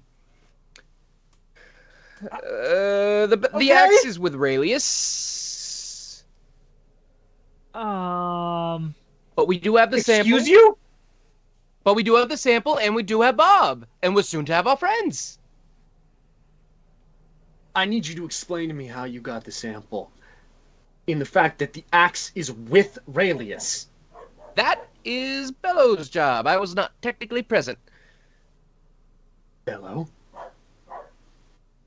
Okay, but you can't get mad. I'm already mad. That boat's sailed. Oh, boy. It's gone. Oh, okay. Well, until you calm down, I will not tell you. That's a good idea, Bello. A week later, Glib takes a breath and goes, and he turns back to Sticks and goes, the axe is with Aurelius. You got the thing. He's awake. Did anything else get fucked up while we were gone? No. In fact, I think Bob may be so-and-so and title may be in flux. Again, we'll talk about it later. How did you guys do? Are you okay? Yeah, where are the kids? We're not gonna know. Not until it's all fixed. Not until we're done. We found them, and now the location is secret. And we're going to keep it that way. Okay, so like, you went to get the kids to bring them back here, and you went there and put them somewhere else, so they're not here still. Declan's entire plan hinges on the fact that he has those kids. Who's Declan? The Objective. It's his real name. It's funnier to call him that stupid fucking name. That is Oh, funnier. that so suits him. It's so. It does. It really does, right? Anyway, his entire plan relies on either having them, knowing where they are. So we don't know where they are. The only way that he can teleport somewhere is if he knows the truth of it. We don't know the truth of it. The only person who does know the truth of it is the God of Secrets. And if it's literally just a whole group of God of Secrets, problem solved. And we don't need to know about it until after the fact. And if he finds them, shit's gonna get bad. One thing I do know is that I did speak it into existence that I am gonna fucking murder that man, potentially multiple times over. So that will happen at some point, I guess. I will also eventually end up on the empty threat at some point. We also got all of these, and I show the bag with all the books in them, and go, these are books of secrets. Oh. Okay. And they I can't tell live. you who to... They update live, and I can't tell you who they're for because I'm Well, not they sure if did. they'll disappear. I don't know if they still do. Yeah, they used to update live. We're not sure if they still do. We're not sure if we collapsed the secret powers in on themselves to escape. But we got locked in another dimension again, and we needed to find a way out, and that was the only way that we could find it. Luckily, we didn't learn all of the secrets, so possibly not the worst thing in the world, but I closed the bag up again, turn it around. We're not going to talk about those just in case they disappear if we talk about them too much. Well, didn't you just tell us what was in the bag, so you kind of gave away the secret? Yeah, but you don't know what the books actually are. They're just books of secrets. You don't know who they're for, what they're for, where they're for. They're just books of secrets, and I'm not going to tell anybody what they actually are for. I, in fact, grabbed them when he was looking at a different book, so I'm the only one who knows who they're for. And we're going to keep... If we don't, there's a potential that they're going to fucking disappear the same way that the realm did. Oh. Fair enough. Okay. So what I'm hearing is it's a good thing I'm not telling you what happened with Aurelius and the axe. Not even remotely. I am harboring my rage behind a paper-thin wall. Alternative discussion topic. Long shot, but you didn't find out anything about why the hell Declan's doing all this, did you? There is a potential that he is trying to make his extant god. Ooh, Oh. that is a lot. Capital G, God, the creator. He's trying to make his extant, like, the beginning of all things. So I'm assuming that he is trying to wipe the slate clean, per se, and then start over, which, villain's gonna villain. Oh, Bob? Hmm? The Rejector. What's that title mean to you? It means that I don't want to be in the world, in existence. Why? I don't like it. You don't like it. Doesn't have anything for me, so the Hextants let me make my own. Almost a creator in your own sense. Because you didn't Oh, have... okay. yeah, Declan also lied to all of them to get them to join. What? Yeah. The only person who joined knowing the plan is the nihilist who doesn't think that anything matters anyway. He told Not everybody even something. Aurelius knows the plan? Nope. Well, this is... The Objective can't lie, so he told them No, something no, that was no, at no, least no, no, no. half true. It's not that he can't lie. This man controls the fucking truth. I'm gonna lay it out. Can I lay it out? I feel like it's a good time to lay it. I think it's a good time to. I think it's a good time. Everyone's gonna freak out, and then we'll cut the episode. I think that's a good point. Perverts Everybody reality. ready? He perverts it, and he wants to do that to the entire thing. Because the reason our buddy Bob was trapped in his head is because he rejected a specific thing, the very notion of faith. Because without faith, we got nothing. We got no world. We got no reason to go on. That's why she's out there destroying everything. I don't really know Raelius's deal, but the objective is a damn liar at heart. Because he doesn't respect anyone else's faith or anyone else's reality, he wants to substitute it with his own. Very literal, he wants to become God. And that does not sit right with a man of faith. So what are you trying to say? I am saying that if the objective wins, we may not get erased. We live in his world. It could be his mind, his entire reality. Our very notion of individuality and our faith is gone. That's what the extant is. It's faith. It's not anything objective or solid. It's liquid. I mean, I tackled the damn thing, and it called me a believer. Why? Because we just fucking keep to go on. We keep keeping on to keep on. That's faith. So run me through this then. Bellow's the empath. Glib's the relentless. You're the believer. I'm the coordinator. What does that make our extants? The embodiment of those things. The embodiment of the thing you have the most faith in. That's where power comes from. You believe in your ability to coordinate. Glib will not believe a damn thing except what he has set his eyes on. Clearly. I'm a believer by nature. Bello believes in others. We do not currently know where Bob stands. And that's why our titles are not always good things. Yes. So the objective has recruited a group of people and manipulated them to the concept of faith in order to destroy it or mold it into his own. And it's fucked. It's a perversion of everything.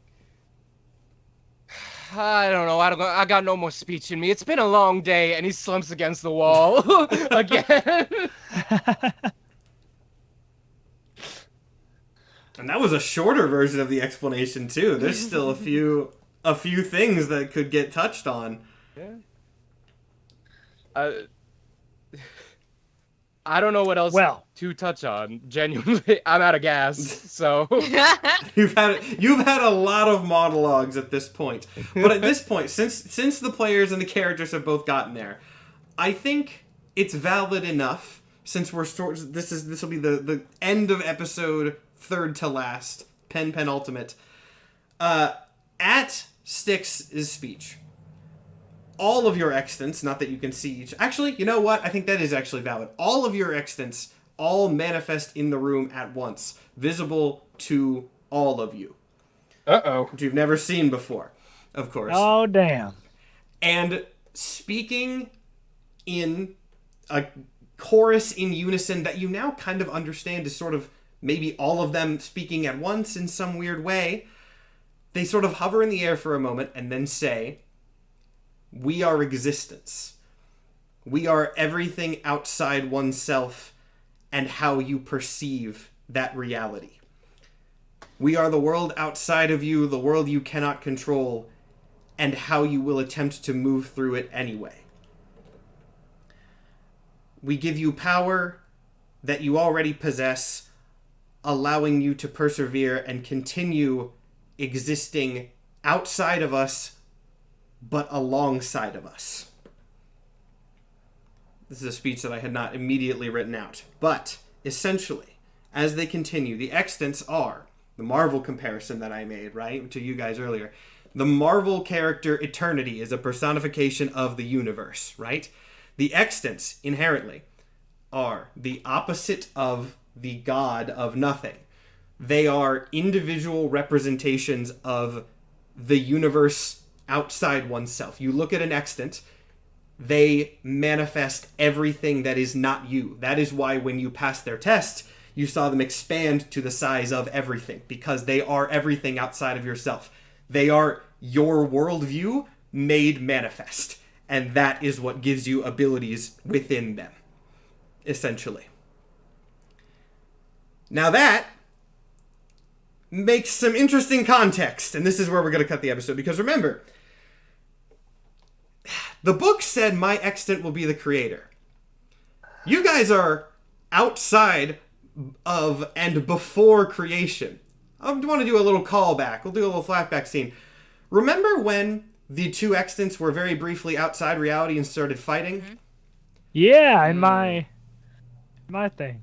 It's weird that outside existence, beings of pure existence can manifest, and they don't like each other. The universe is going to get made. You all came from a universe that existed, obviously. And you're before that universe. Oh, shit. If Oh, shit. He's God. someone's extant He's is God. going to inevitably get out there and make the universe. Oh shit. The objective wants it to be his. Okay. Someone's worldview in every cycle determines the next reality, and he wants to lock that claim down. We didn't know that. Oh god. That is why Oh, we that's did not a know secret. that. That's a secret. That's the plan. That's from the book, basically. If you look through the book, you can tell. it's that. Okay. He's building a portal to get out there so that he can take his extant out there alone and have that be the one that generates the next universe. Son of a bitch.